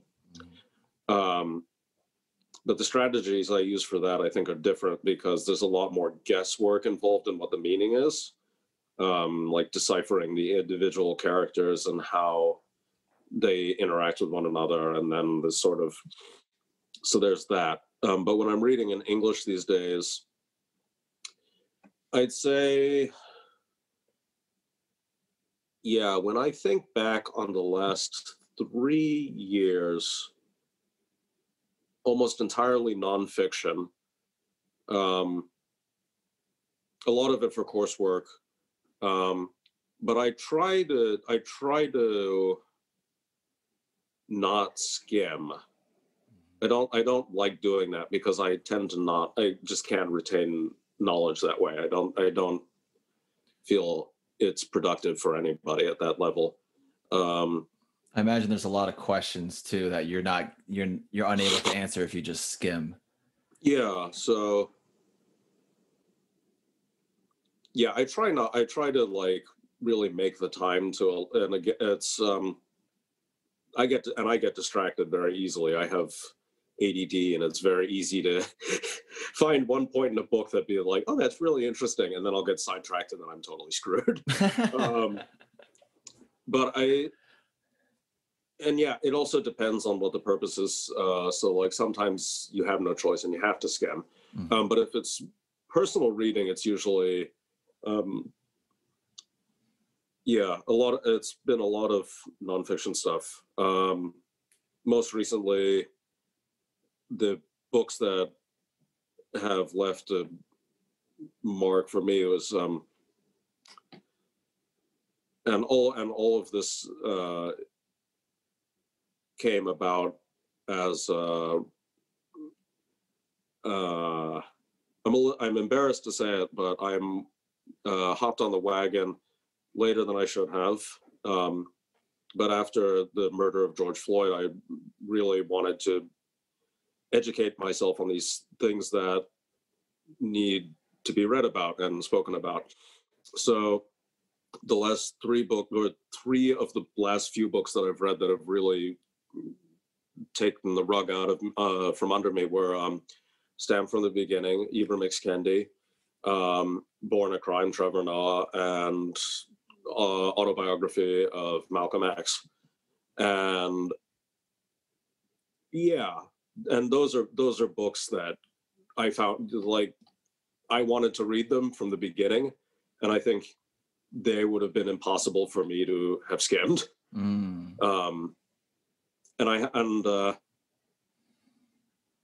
Yeah, the reading those 3 books over the past summer was quite an experience. And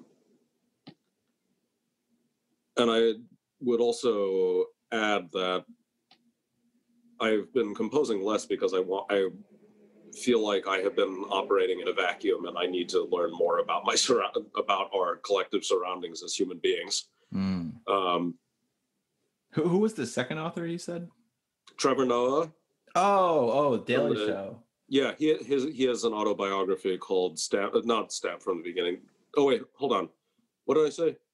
I don't remember the order now. You said Stamp from the Beginning, Ibram X. Kendi. Yeah. And then you said the Trevor Noah one. I didn't know. Yeah, I didn't catch the name. Born a Crime. He lived during the apartheid, right? Yeah. In South Africa. South Africa. Was it Johannesburg or? I can't remember off the top of my. I think so. And then Malcolm X. Mm-hmm. What period in his life, in Malcolm X, in his life, did he write his autobiography? Because later in his life, he denounced a lot of the stuff that he said in the beginning, right? The autobiography, I think, was written very much towards the end of his life, with the help of a journalist whose name is escaping me right now. But it was a very, very tight collaboration with a lot of back and forth. And it was from what the afterword, as written by, what's his name? I feel terrible. I've got to look this up because I'm gonna hate myself. Dude, you can't remember everything, man. I could try. Yeah, you could try. You might drive yourself even crazier than ever trying. You know. I mean, it's me. I can't find it. How amazing would it be if it was Walter Cronkite? Alex Haley, that was the name of the journalist. But yeah, I think it was towards the end of Malcolm X's life that was written, and I'd seen the film, but it's interesting because when I work with images, things move a lot faster, and I'm really good with I'm good with like general visual information. I'm good with faces and things like that. I'm really bad with words. And again, I think and as a kid, I always kind of struggled with word processing and learning disabled, ADHD, and struggling in classes and reading materials. And especially so when it comes to reading materials, I like to spend time with it. I like to revisit a lot, and really try to take in all the points. I remember my first year of grad school, like if we'd have a bunch of articles to read for classes, and I'd usually have to read them 3 times, or anywhere from 3 to 6 times, and like increasingly faster and faster with each progressive reading.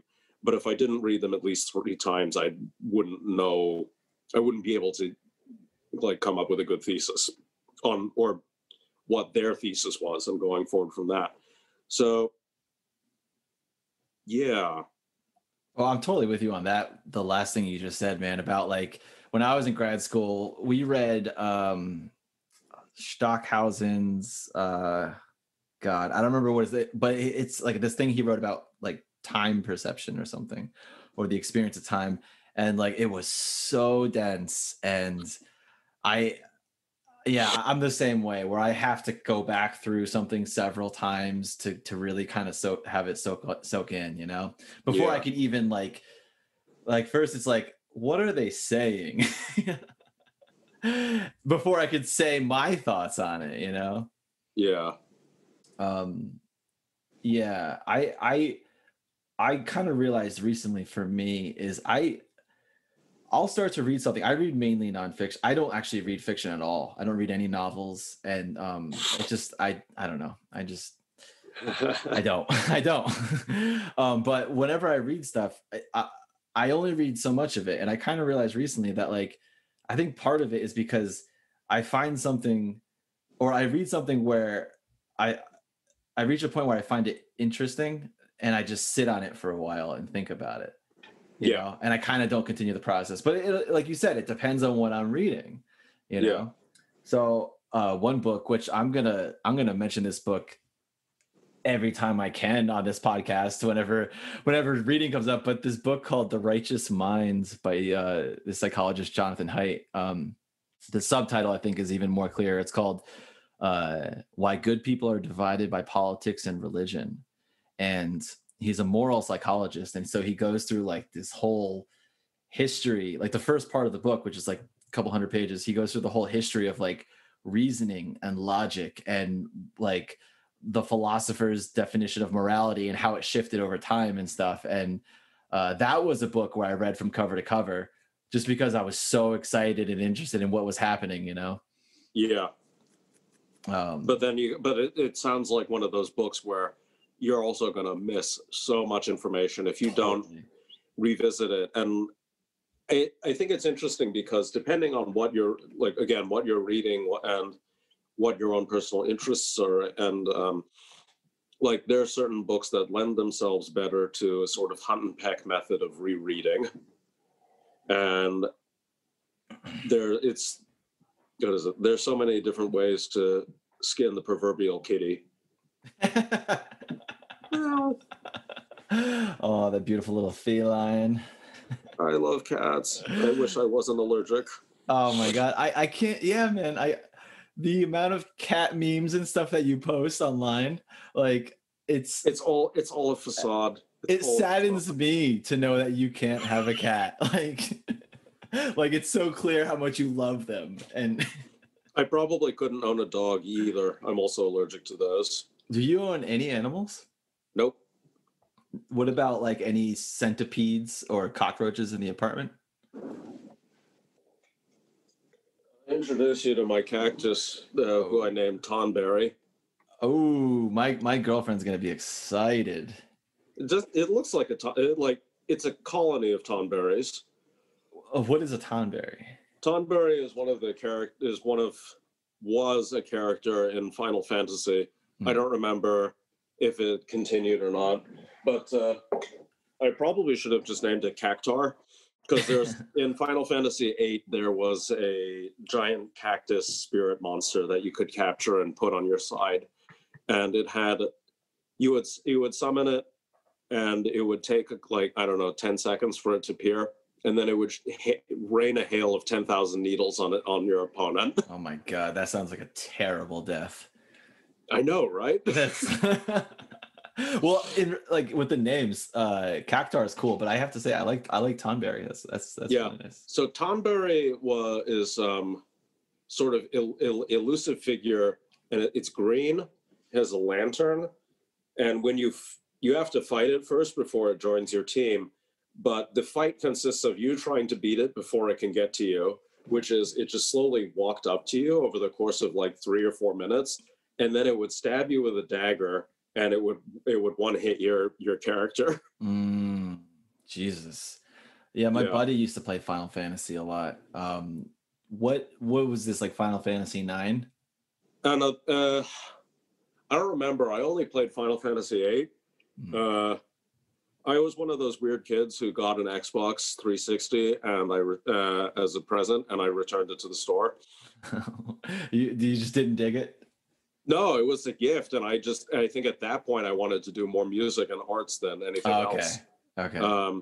But then, of course, hilariously enough, a few years later, somebody got rid of their Xbox, and then I wouldn't stop playing Ninja Gaiden up until the point where I graduated high school. Ooh, there you go. You found your calling there. But I haven't had a TV in my apartment or living space for the past 10 years, believe it or not. So you haven't watched any television series or movies or anything? Oh no. I mean, I have, but just probably not as much as I would like to. I mean, Oh, duh! You Breaking could do it on Bad. your laptop. I'm an Yeah. idiot. No, you're good. I mean, I watched Breaking Bad like everybody else. Oh. That was fun. Mr. Robot was a favorite television show. Yeah, Mr. Robot's cool. I've seen a few episodes, but I really liked it. It's pretty brutal. Yeah. Yeah, I'm a big fan of it, but there are a couple of episodes in it where the content matter is extremely triggering. Oh, really? Yeah, Oh, especially in jeez. seasons 3 and 4. Well, Christian Slater, I feel like, He's brutal in that show. oh my God. I haven't seen much. I haven't seen his whole filmography, but like there has been much he's done that I didn't like with him. I should say like his acting in it, I should say. Interesting. Yeah. I've always enjoyed him as an actor. Yeah. True I mean, Romance, one of early Quentin Tarantino movies. Yeah. That's a fun one. I mean, the reason the show is really brilliant in terms of its arc, and the material is very compelling, and the characters have a lot of really complex background, and it demands a lot of attention. And I've rewatched the entire thing maybe I don't know, 3 or 4 times at least. Mm-hmm. But it's really fascinating to peel the layers back in retrospect, because there's so many things you learn as the show progresses, and watching how intense the dynamic between Christian Slater and Rami Malek is so interesting to watch. Yeah. And Rami is an awesome actor too. It's a cool show. I need to get into that though. What streaming service is that on? I think it's unfortunately, or I've been watching it on Amazon Prime. I'm not proud of that. Why is that? Because it's Amazon Prime. Is Netflix? Do you like Netflix more? I don't have Netflix. Okay. I have Hulu. I'm sure they're problematic too. I heard recently that Hulu was upping their prices. That's okay with me. It's pretty cheap to begin with. Isn't it like $6 or something? Yeah, it's like a really nice beer a month. A really nice beer a month. That's good. That makes me think of what was that? Egan and Sons. You remember Egan and Sons in Montclair? That place was fun. With because there was a microbrew. They made their own beer there. That was a nice beer. Yeah. They had pretty decent pizza. They did. I think who do we go there for? I think it was like after like Carlos's recital or someone's. I can't remember. I don't. Yeah, I went to Halcyon after mine, and I don't know why I did that. That was such a bad idea. What is that? I don't know if I've been there. Halcyon is the sister restaurant next door to it. That was so much more expensive. Okay. Yeah, for anyone who doesn't know, these are places we're talking about in Montclair, New Jersey, northeastern New Jersey, not far from, what is it, like 30 minutes from New York City? Something like that, yeah. Yeah, it's not far. If you're standing up, like Montclair, the university is like on the top of a mountain, like Montclair, right? So you can see the city in the middle of the winter clearly, like the cityscape and everything. Oh, that's why I always hated walking on that goddamn campus, because it was so hilly. Yeah. Walking across it was always a trip, literally. Yeah, that was rough. You always commuted, right? Yeah, man, I commuted since day one. Ooh, my condolences. Yeah, it was like a 45-minute drive. It was long enough to where it wasn't long, but it was long enough to where it was annoying too. Yeah, you can't even listen to it. Like, you could probably squeeze in like a solid 40-minute album, but with all the times that you have to merge and it would be a challenge to squeeze in a good half an hour album, or not like listen to a 72-minute CD and feel like you're losing a lot of it in the process. Well, I listened to a lot of punk growing up, and most punk albums are like 20 minutes. So Okay, you win. So I can easily throw in 2 albums for the drive and go through plenty of music right there. Nice. But I want to circle back real quick when I mentioned the whole thing with reading and like how you read and stuff. Yeah. I had this thought, and this could be totally inaccurate, but because you mentioned that playing the bassoon, it was like you sort of plateaued, and I had a similar experience with guitar where I had to like decide what I needed to do more, and I kind of wonder if uh like with reading and stuff, it's like I realize that I read only so much until I can, understand exactly what it is that I'm reading. Yeah. And so I wonder if there's something there with like having to know what it is that you're doing before you actually do it, Like being like so with composing, it's like I stopped playing guitar so I can be a better composer. Yeah. And I felt like I couldn't be as good at guitar as I wanted to be. So with like reading a book, it's like I'll read a paragraph and then think about that paragraph because I need to understand it before I can continue. Sort of, like. Now, see, I gotta do more of that. I really need to do more of that. But I don't do it all the time. But like, I just noticed lately I've been doing that more, or I should say I noticed it. This lately is when I notice it. I see. But yeah, I mean, like I said, when I read The Righteous Minds, like I read it once, and like you said, I missed a lot of information because there's so much. Yeah. He sets it up in the beginning where it's like, here's like philosophers since day one all the way up until today, what they talk about. Let's forget about a lot of that. And like, Yeah. it gets into this whole thing. But yeah, that's why I brought it up, because I wondered if there was something there, if you've ever thought about that, or what your thoughts are on, like, I don't know, would you say that's perfectionism, or like, I don't know. No, I wouldn't call it perfectionism. Well, there's an aspirational element to it, I would say. Mm-hmm. Like we want to go back and we want to get everything right. But this brings up an interesting point. You have the written object, whether this is a musical score or it's a book or it's a painting or it's a video, but you have a recorded object, which depending on how you're viewing it, why you're viewing it, and what you're trying to get out of it, that recorded source material is sort of considered the be all end all object. Or like if you think about written sheet music, there's the concept that this is like the Platonic ideal is you perfectly recreate all of these things.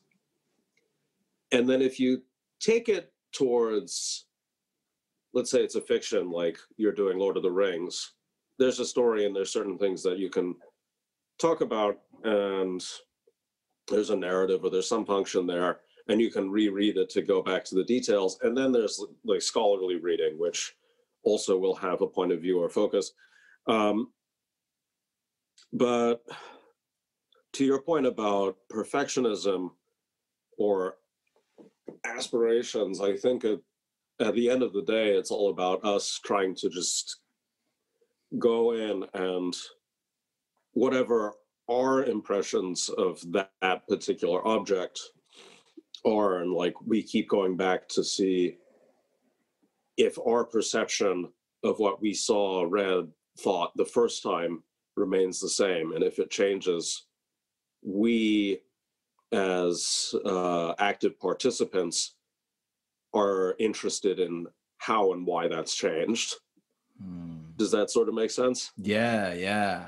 So a book that I've reread many times over the past 20 years is, not 20 years, let's say 15 years, Albert Camus' The Plague, which is a book that I think I first read when I was 13 or 14, and I've probably reread it 5 times since then. And it's interesting. I always am comparing it to the first time I read it. And it's like, And the thing that's interesting is you don't, again, it's like the chair that I mentioned, the Morton's chair. It's like, where are you sitting when when you read that the first time? Where were you the second time you read it, the third time, the fourth time, the fifth time? The written material is not changing, but everything else is. That's what's interesting. You know what I mean? Yeah. Well, also your how you're approaching it as you're reading it too is changing. Like, are you sad? Are you open-minded? Are you angry? Are you, like that's going to affect how you take in the information and the way that you interpret it, Totally. Yeah. So here's a question. I think I've asked this once on here before, but I think it's interesting. It's an interesting question. Is what sort of advice do you give someone who's a non-musician and is completely green, never experienced music outside of just mainstream? What do you tell them? What advice do you say when it comes to listening to new music, particularly like non-tonal, sound-based, whatever? I say,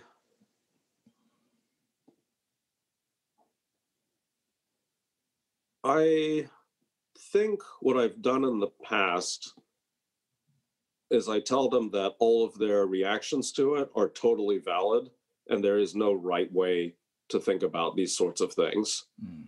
And that some people might tell you that, but that you should just listen. You should just go in with open ears, see how you react, ask yourself why, and the important part is to not be judgmental about it towards the people who are presenting it or yourself. And especially as a presenter who has been in situations where the audience has to hear some really weird stuff and they're not musicians and they're not like,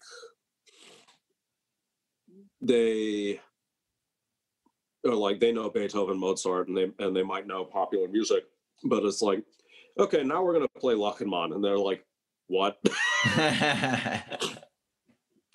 But like any other experience, the more open-minded you are to something that is completely foreign to you, the more you'll take away from it. That doesn't mean you're going to like it. I like that.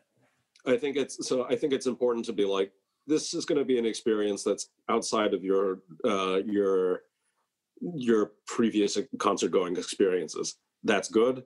That's healthy. That's fine. If you don't like that, that's fine. All we ask is that you just listen, take it in, and this doesn't have to be your main modus of listening for the rest of your life. That, I think, is one of the things that I really struggle with, is this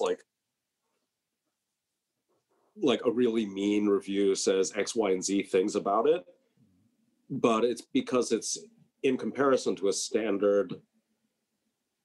And at some point it's like, is that really necessary? Is that really helpful?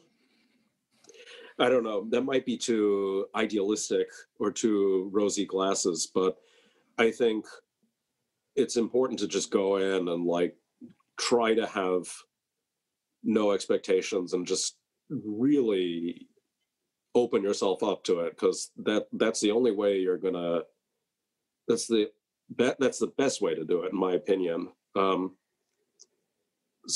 me anyway, like going from bassoon to shakuhachi, improvising on bassoon versus improvising on shakuhachi, the way I got used to it and the way I fell in love with doing it was just trying things.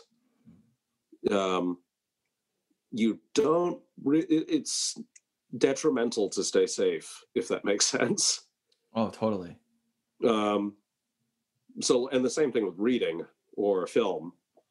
You can tell someone to watch Human Centipede or Antichrist or Solo, and whether or not those films have artistic merit, I don't know. I'm not qualified to answer those questions. I haven't seen 120 Days, and I haven't seen Antichrist or Human Centipede. But there might be a moment in a film like Antichrist, which has actually been a film I really wanted to see for a while. I think that's Lars von Trier. But like there are going to be moments in a lot of things that you see and hear that may not make sense to other people. There's this when was it made? I think it was 1997. There's this sci-fi horror film called Event Horizon, and it's one of my favorite films. And I admit it's not a really good film, but there's something about the art and the way it works. It's so cheap, and it's kind of cheesy, but it's really fun. And at the end of the day, if it's a work or something that resonates with someone, that's really why we're in it to begin with. Totally. I like that a lot. I like what you said about like you have to be open-minded. Like that's you know, step one, more or less, you know. And sort of allowing whatever your experiences of the music or of the film or whatever it is, to be what it is. This is interesting because I was having this conversation earlier today about film reviews, like film critics and stuff like that. Yeah. And the basis of which people review films, like when you look at RottenTomatoes.com or something. Honestly, I'm not interested in what people have to say about films until I see it, you know? And yeah. And you know, any like or anything really, honestly. But like I'm a like film for me is like a hobby, you know. Yeah. So it's not like composing or something where like I'm like, so, you know, this is my life. But when I watch a movie or I hear about a movie or someone says like, oh well, on Rotten Tomatoes it got like a 30%, I'm like, yeah, I really don't care, because like that's great, man. Like a lot of people apparently think that it's not great, but that, and it's cool that they can say what they want, and I totally do that. I'm still gonna watch the movie. Yep, totally. And I think that sort of aligns with what you were saying about the open-minded, like coming to it and being open to what it might be, how you feel about it. Yeah, I think that's important, especially with the medium that we're working within and how we operate within that medium. Yeah. I also think it's really important that whatever experiences you have in something that you're not well versed in, so let's say it's literature, or poetry or something like that, use everything that you have in your toolbox to explore it. So if I come across a poem and I really don't know anything about poetry, but you read it slowly, read it quickly, read it aloud very loudly, change the pitch, but like explore how it sounds, how it feels when your jaw is moving. Similarly, if I go to a museum and looking at the art, I can't help myself. I almost always think about it in terms of rhythm, texture, all the things we're told to think about in music. But let's be real, the two work very well with one another. And it's like, okay, this piece is interesting. It's asymmetrical. The rhythm of this composition is X, Y, and Z. Mm-hmm. And there's something about this that is working for me, is not working for me. Scale, all these things, they're very, very analogous and work well in terms of like how I process this information or how someone else could process the information. But if you have a frame of reference, use it, even if you think it doesn't feel useful at the time. Because the worst thing that you're going to take away from it is like, that didn't work, I'll try something else. Yeah, well, I could also see that could be detrimental as well, because then it's like, if you're approaching something thinking of it in a specific way, yet it's not represented like that, then you're going to have a sort of, I don't want to say twisted, but like tainted view or something, you know, like it's like if you come to look at you're like, oh, here's one of my paintings, and they're like, oh, you paint, and their image of what painting is like Mona Lisa. And then they look at your painting and they're thinking like, well, this isn't painting. It looks nothing like the Mona Lisa. You know, like that's where I think it could be detrimental. Yeah. But I think also it's important that we have dialogue, where we have conversations about these things. As you probably could guess, I have no desire to paint the Mona Lisa. There are many people who can do that kind of artwork. Whether or not I reach that point of a realistic recreation, I'm not sure if I'll ever hit that point. But I'm also partly not concerned with that. So the way I paint is kind of the opposite of how I compose. Where usually when I'm composing, I have a really, really good idea of scale and scope, which I usually do not have in painting. Like I may or may not have an actual like image in my head that I'm going to paint, but I just might go ahead and start doing it. Like for example, this one here, I just knew that there was this piece of wood that I found on the street that I love. And all I knew was that I wanted to find a way to highlight the beauty of this piece of wood that I found on the street. And the scale is very large, as you can see, but it was basically entirely in the moment, just going for it with a palette knife and painting. And over the course of like 2 weeks, it came together, but there was never a pre-plan for it. Whereas with even the audio scores have a lot of parameters, and like, what tools am I going to use in Ableton when I get there? How am I recording it? What are the instruments that are going to be used? How am I producing sound on them? Is it going to be standard? Is it unstandard? Is it a kitchen utensil and therefore does not have a standard playing technique? You know, those sorts of things. And really what I'm thinking about when I paint is more along the lines of, if I was to take a single moment in time and freeze it in paint, what might that look like? And I really like this image that I use in painting especially with the shoes. Like imagine your foot hits the floor. There's energy that comes out and it'll emanate.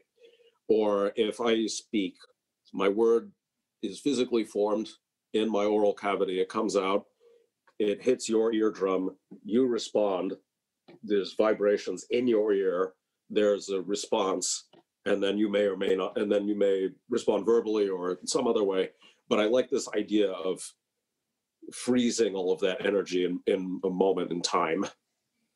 And so I'm really fascinated by that kind of idea of, and the other thing is, this is an entirely romantic idea of freezing energy in time. Whether or not I'd actually want that to happen in reality, I think I would be too scared to actually know what that would look like, or accept what it would look like. You know what I mean? Oh my God, that's a wild thought, man. I know, right? I'm picturing, it makes me think of those videos where you see people where it's like the middle of winter and they go out on a balcony and they throw a pot of boiling water and it freezes midair. Oh, that shit's so cool. It's so cool. It's so like that's what's coming to mind when I hear you say freezing energy in time. Yeah. You know, you have an Etsy account where you sell your paintings, right? Yes, I do. Can you send that to me? I want to pull that up and show it to the people. Yes, let me send it to you on Bookface. Why is there? Oh, I was watching The Daily Show. That's why there's a turkey on my screen. Oh my God. Well, that's fair. I had hot pot last night. I did not eat a turkey this year. How was the hot pot? Oh, it was so good. You are the second person on this podcast to mention hot pot. Hot pot is awesome. I think sooner or later, this is going to be a recurring theme. You never know. Let me know if that link works. All right, let me see here. By the way, I've started driving because I got sick of being stuck at home. So Chicago's what, 6 hours from here? Chicago, Pittsburgh. No, I think it's going to be longer than that, man. Well, I'll hit you up at some point, I'm sure. I would love that. I'll cook up some. I've been teaching myself how to make curry and like exploring all the different recipes. Dude, you know who else is here in Chicago? Steve Kowalski? No, I have no idea. Who's Steve Kowalski? He is another composer friend of mine. Okay, I think he's at Revolution Brewing. I can't remember, but I think you guys would get along. Ooh, where's that? Revolution Brewing. Let me check. Yeah. Carlos is here, man. Oh yeah, that's right. Holy shit, the Montclair band. That'd be pretty wild. I've been to his place a couple times, hung out with him and his wonderful girlfriend Alexa. Yeah, so Steven works at Revolution Brew Pub, and he also, believe it or not, studied with Elizabeth Brown for a bit. Nuts, man. Oh, what a wonderful person. She's amazing. Heck yeah. So check this out. We got for anyone who listens to the podcast, you're missing out right now. I'm sorry. But we got some really fascinating and exciting paintings going on over here. This is Devon's Etsy account. Devon, what do people have to should they type in right here Osamu Paints? Is that yep, that's the channel. And there's also the hyperlink that I sent you that people can access the site through the same one, I think. Yeah, okay. I'm doing an extended Black Friday sale until December 4th. Oh, right here, people. Check this out. 30% off everything. I was going to earlier this year, I think it was, I was going to purchase one of your paintings, and then financial situations hit a standstill, which prevented me, unfortunately, from buying anything. Sooner or later, I will. But was it because of the quarantine? I can't remember. I think it was around that time. Yeah, it was. But there's I'm drawn to this one right now and this one. So is there any particular one you want me to go to? No, man. There's about 40 pieces up there right now. Oh, really? Yeah, you got to keep scrolling. Oh my God. See, I'm just learning how to use a computer. That makes two of us. And there are also some prints, which are reproductions of other things, and those are much more reasonable prices. Sure. Yeah. Well, I don't think these are unreasonable at all, honestly. I mean, this one right here, $8.75. And then that's a print. Okay. So for anyone listening, to kind of describe this, Devon, do you mind if I try to describe this in some capacity, and then you can give your? Yeah, go for it. So I am by no means a painter or an artist. I am a composer. That's the art that I do, is music. But one thing, so with Devon's paintings, the way I kind of see it is it's abstract in the sense that there's no specific strict straight lines. I mean, this piece that I have right now actually has some lines in it, and some circles, but the colors in it, there's no hard lines with the colors so much, except actually with this one right here, there's those few lines, and then it's sort of like lowercase i's stacked out of sequence in a way. Those are people, as far as I'm concerned. Sure. Yeah. That's as realistic as I get. There you go. Yeah. So there's this like abstraction from what is real. And let's see here. So yeah, he kind of mends these colors together where it's like one general sort of, like right here, there's a lot of, I don't know, I guess, what would you say, like tans and browns going on? Yep. Yeah, but I wouldn't say it's a solid tan or a solid brown at all. And it's very textural too, where when you look at it, you feel like it looks like you can, if you felt it, you would feel the contours like looking at a geographical map where there's mountains and stuff. Yeah. I So often think of these as sort of topographical maps of my brain at that specific moment. there you go. So this particular painting is a good example of that, in that this there's the kneeling figure on the bottom left corner, which has a body kneeling on the floor, meditating, with a square head. I affectionately refer to that as a blockhead portrait. And you have on the opposite side is this sort of cascading set of shapes that was made with a palette knife, which gives a lot of texture. Depending on how much paint I throw on it, I think the highest gesso sculpture I've made on its own or with modeling paste, whatever, was like 2 or 3 inches. This one is much more modest at about, I think, 1/4 inch off the canvas. But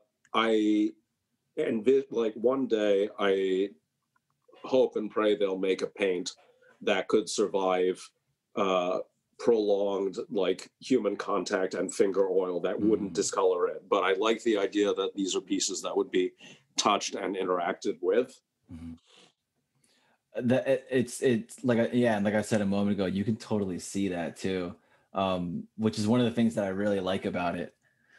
And to kind of reiterate the abstraction of it, because when Devon had mentioned that it's a guy kneeling, so the guy, he has, like Devon said, he has a square head, but the head has it's not a face. There's no face. There's like purples and dark colors in there, and then the body kneeling is a orange rectangle, or I'm sorry, a triangle. That's okay. I failed high school math too. I don't know squares from geometry, man. Yep. Yeah, so, triangle has 181 degrees in it, right? I think so. Sometimes. No, it's 180. I'm just fucking with you. Yeah, but no, as you can see, like the terminology I'm using, I'm clearly not versed in painting or art. No, you're good, man. You're good, man. So please humor my novice, not even novice level, just lay person. But yeah, I love them. I love this. I love this type of art. I mean, who was the dude that Feldman was pals with? He had a couple. He was buddies with most. I think Philip Guston might be one of the more obvious ones. There was another one who would do like 2 colors in his paintings. Was it Rauschenberg? Not Rauschenberg. God. In that circle, I think in that circle there was Willem de Kooning, Rauschenberg, Philip Guston. Shit, I'm forgetting his name. He wrote a piece. Rothko, there it is. Oh my God. Mark Rothko. Yeah, this is the type of art that I do like. I like art that has that abstraction, and where I look at it and it's not obvious to me what it might be. Yeah, and Mark Rothko, I love Rothko because it really invites you into the canvas, and it asks you to open yourself up to it. I remember having a really emotional experience seeing a bunch of Mark Rothko paintings in the UK, and like I tried. I found that I could not actually open myself up entirely to the paintings because it was too scary. And I think there was 9 of them, and they're like, I don't know, 6 feet tall by 9 feet wide. They're huge. And I had a moment where I was standing in front of one of them. I just started crying. Oh man, that's powerful, dude. There's something there. That's just. Oh, it was awesome. That's such a. It's unexplainable, honestly. Those sort of experiences, why it hits you the way it does in that moment. I remember this one right here. I think didn't you do this one earlier this year, or maybe you posted it? Oh yeah, this one in particular is interesting. So that's this is part of a series of pieces that I refer to as relics, which has some semi-daily objects in it, or objects from my own personal life that have sort of reached their end. So this one on the top, I guess left-hand corner, you have an old watch that broke and was not worth repairing, and I ended up gluing it to this painting. And then on the other side of it, there is a shoe that also reached the end of its life. But there were a couple of major things that happened while wearing that particular pair of shoes.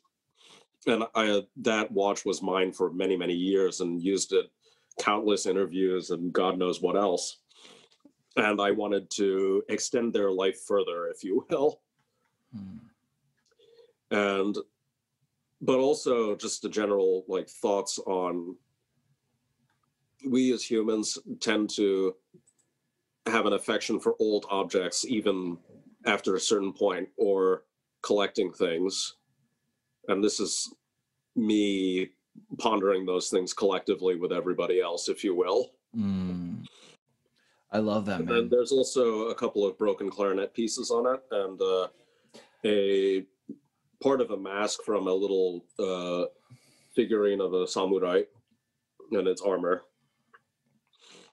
I over the summer I got just randomly started getting really into samurai and the history of Japan and stuff like that. I didn't get too deep into it, but I became really interested in it. So there's a lot of it. Yep, it's a lot of rich stuff. Yeah. I mean, that whole culture with what turns into Ronin, right? Is that how you say that? Ronin, yeah. Ronin. Yeah. It make like the movie Seven Samurai. That's a great film. That's like my favorite movie, man. Which they're all essentially Ronin, right? Yeah, in that film, it's basically that. Yeah, for me, that's not my favorite Kurosawa film. It's a beautiful film and it's really powerful. For me, it's probably Kagemusha or Akahige. Kagemusha is the Shadow Warrior, and is the story of a famous warlord who is killed, and then he has a body double who takes over for him and basically lives as this person. And it's an extraordinary story about loyalty, really extraordinary, and a sort of historical film. I don't remember how much of it is actually true to the history or not. But the other one also that's really powerful is called Akahige, which is Redbeard, and it's about a doctor in, I think it's in the 19th century or 18th century, but it's a really powerful story about, again, just a doctor helping people and trying to sort of live the best life that you can, and these sorts of things. They're both very long films. They also have really incredible use of, again, pacing, and very little music is used in any of these films, which I find makes it all that more powerful, because you end up really focusing on these specific on the moments, the characters, the things that they're trying to say. There's no extra sugar added. Like the film Inception, which is a really fun film and kind of a guilty pleasure for me, that soundtrack is so over the top. I find it kind of comical. Because it's super loud, low, like brr, right? It's just super saturated. Was that Hans Zimmer? Yeah, I mean, it's a good film, and it's a fun film. It's fun to watch. But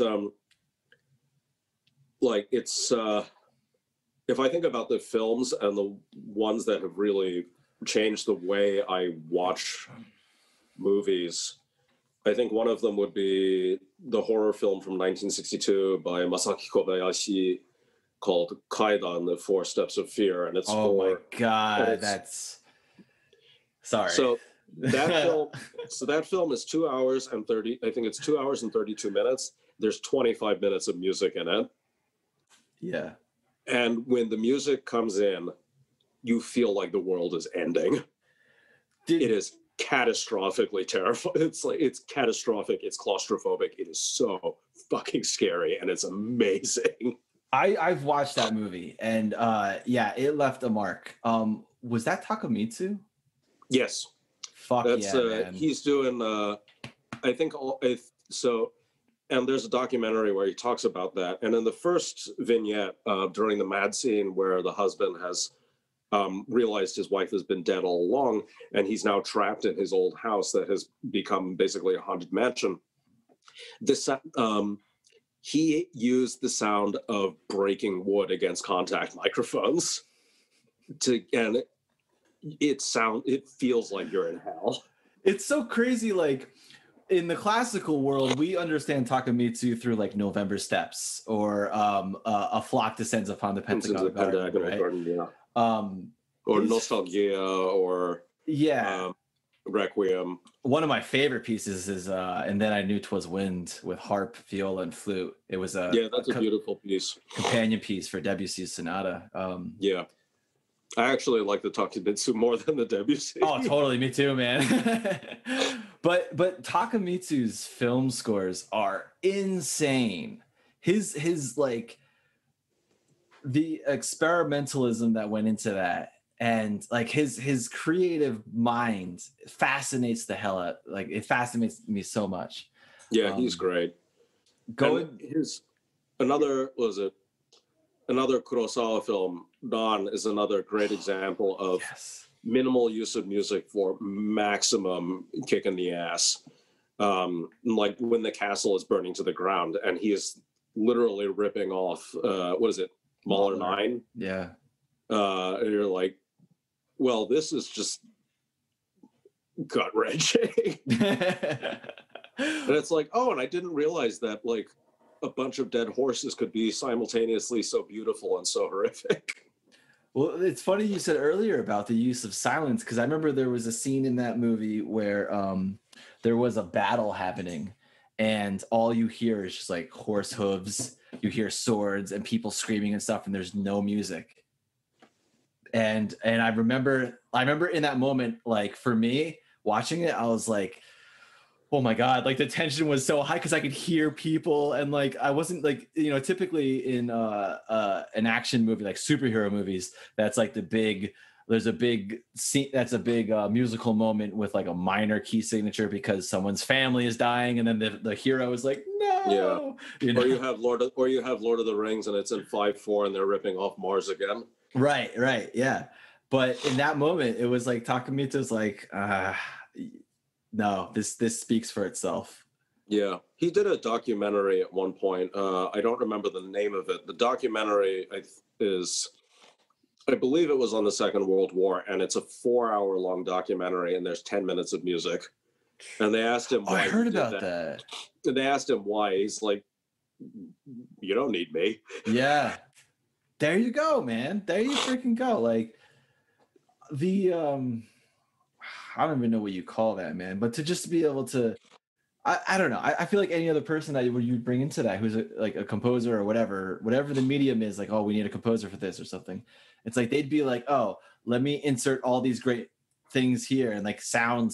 Here's sound for this. But Takamitsu was like, this already is powerful enough. You don't even like, what can I contribute? Yeah.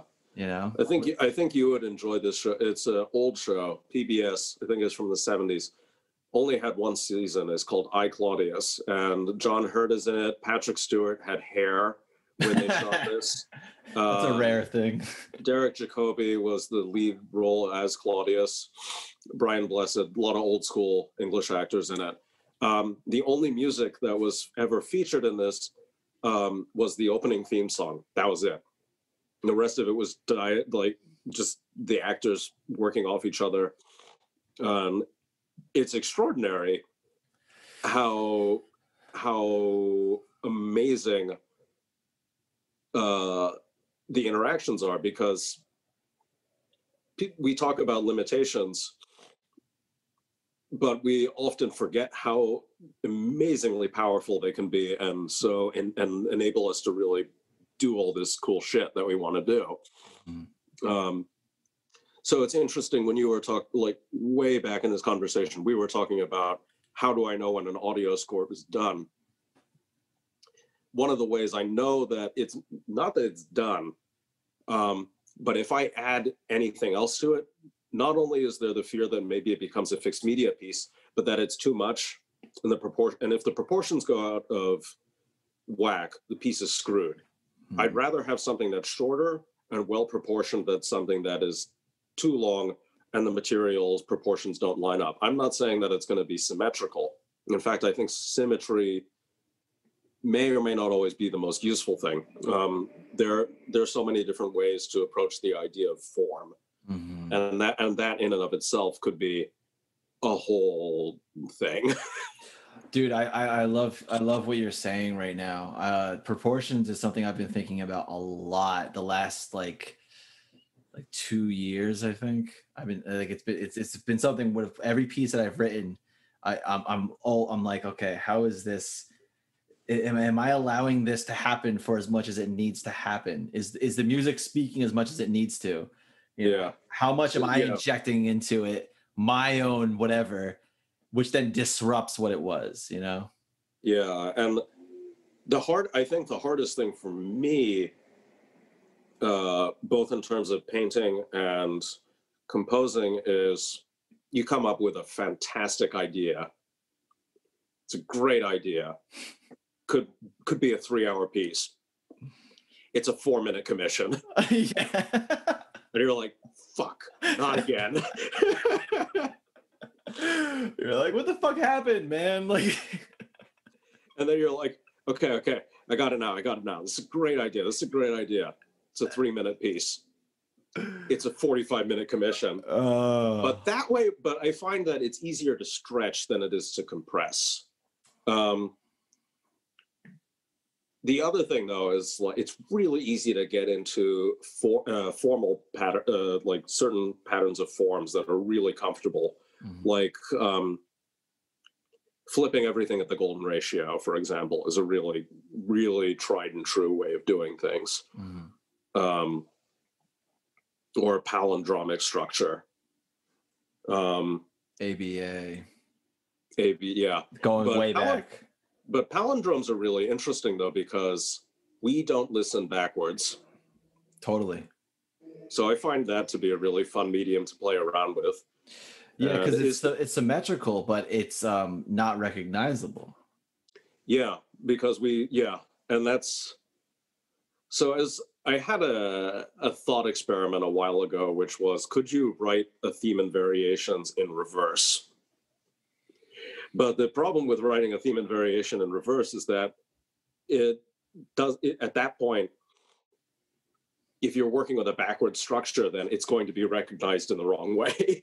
And it kind of becomes, it's masturbatory, basically. Do you mean write the variations and then create a theme out of the variations, or write a theme and then just do it all backwards?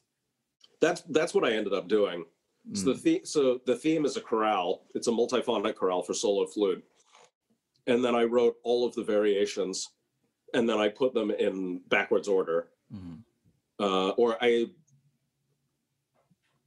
the problem was that then the so-called theme became the final variation, and then the original final variation ended up becoming the theme. It's interesting, though, because from the point of view from the audience members, they don't perceive it that way. And so and then you ask yourself, like, okay, now how can we learn from this experience? As long as it's serving someone, you know, I have no doubt that people got something from that. And I know, I think Benjamin Britten wrote a theme and variations for guitar in the exact thing you're saying, where the theme came at the very end of the piece. and the variations started at the beginning. Yeah. Hard fucking piece. I've seen the score. I can't play it. It's one of the Julian Bream dedications, right? Yes. Yeah. Those pieces are wild. Totally, man. Totally. Yeah, that's cool. I've always been interested in that. I've been interested in writing a theme of variations, honestly. I never have. And not, obviously not like some strict like da da da da da da da da, like some like melodic Bach chorale or whatever. But like what you said, a chorale in multiphonic. See, that's interesting. Yeah, there's a lot of fun opportunities out there for things to do. And that's where the ideas come in. You just have to be innovative and creative.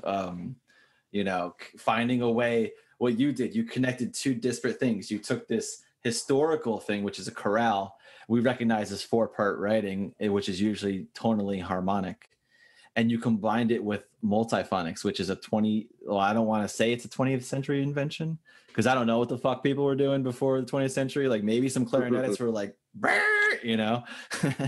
But you took like this convention, we'll say, of the 20th century, and then melded, put them together. Yeah. And then wrote a piece around that. So, yeah, man. I mean, yeah, sometimes when I get bored, I'll try to write a 4-voice chorale, but the bass is a 12-tone row. Oh, that's fantastic. Do you keep it tonal? I try to limit myself to nothing more extended than a 9th chord. Okay. Well, yeah, that's plenty tonal. You get some really interesting results and it's really hard to avoid parallel fifths, but I mean, who cares? Yeah. Well, it's a fun exercise though. I do that too. I do that like just as an exercise, like let me write a 10 measure 4-part chorale.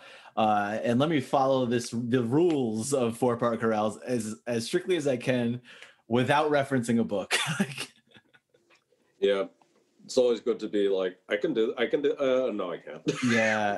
It's a challenge, man. It's a welcoming challenge. I always enjoy it.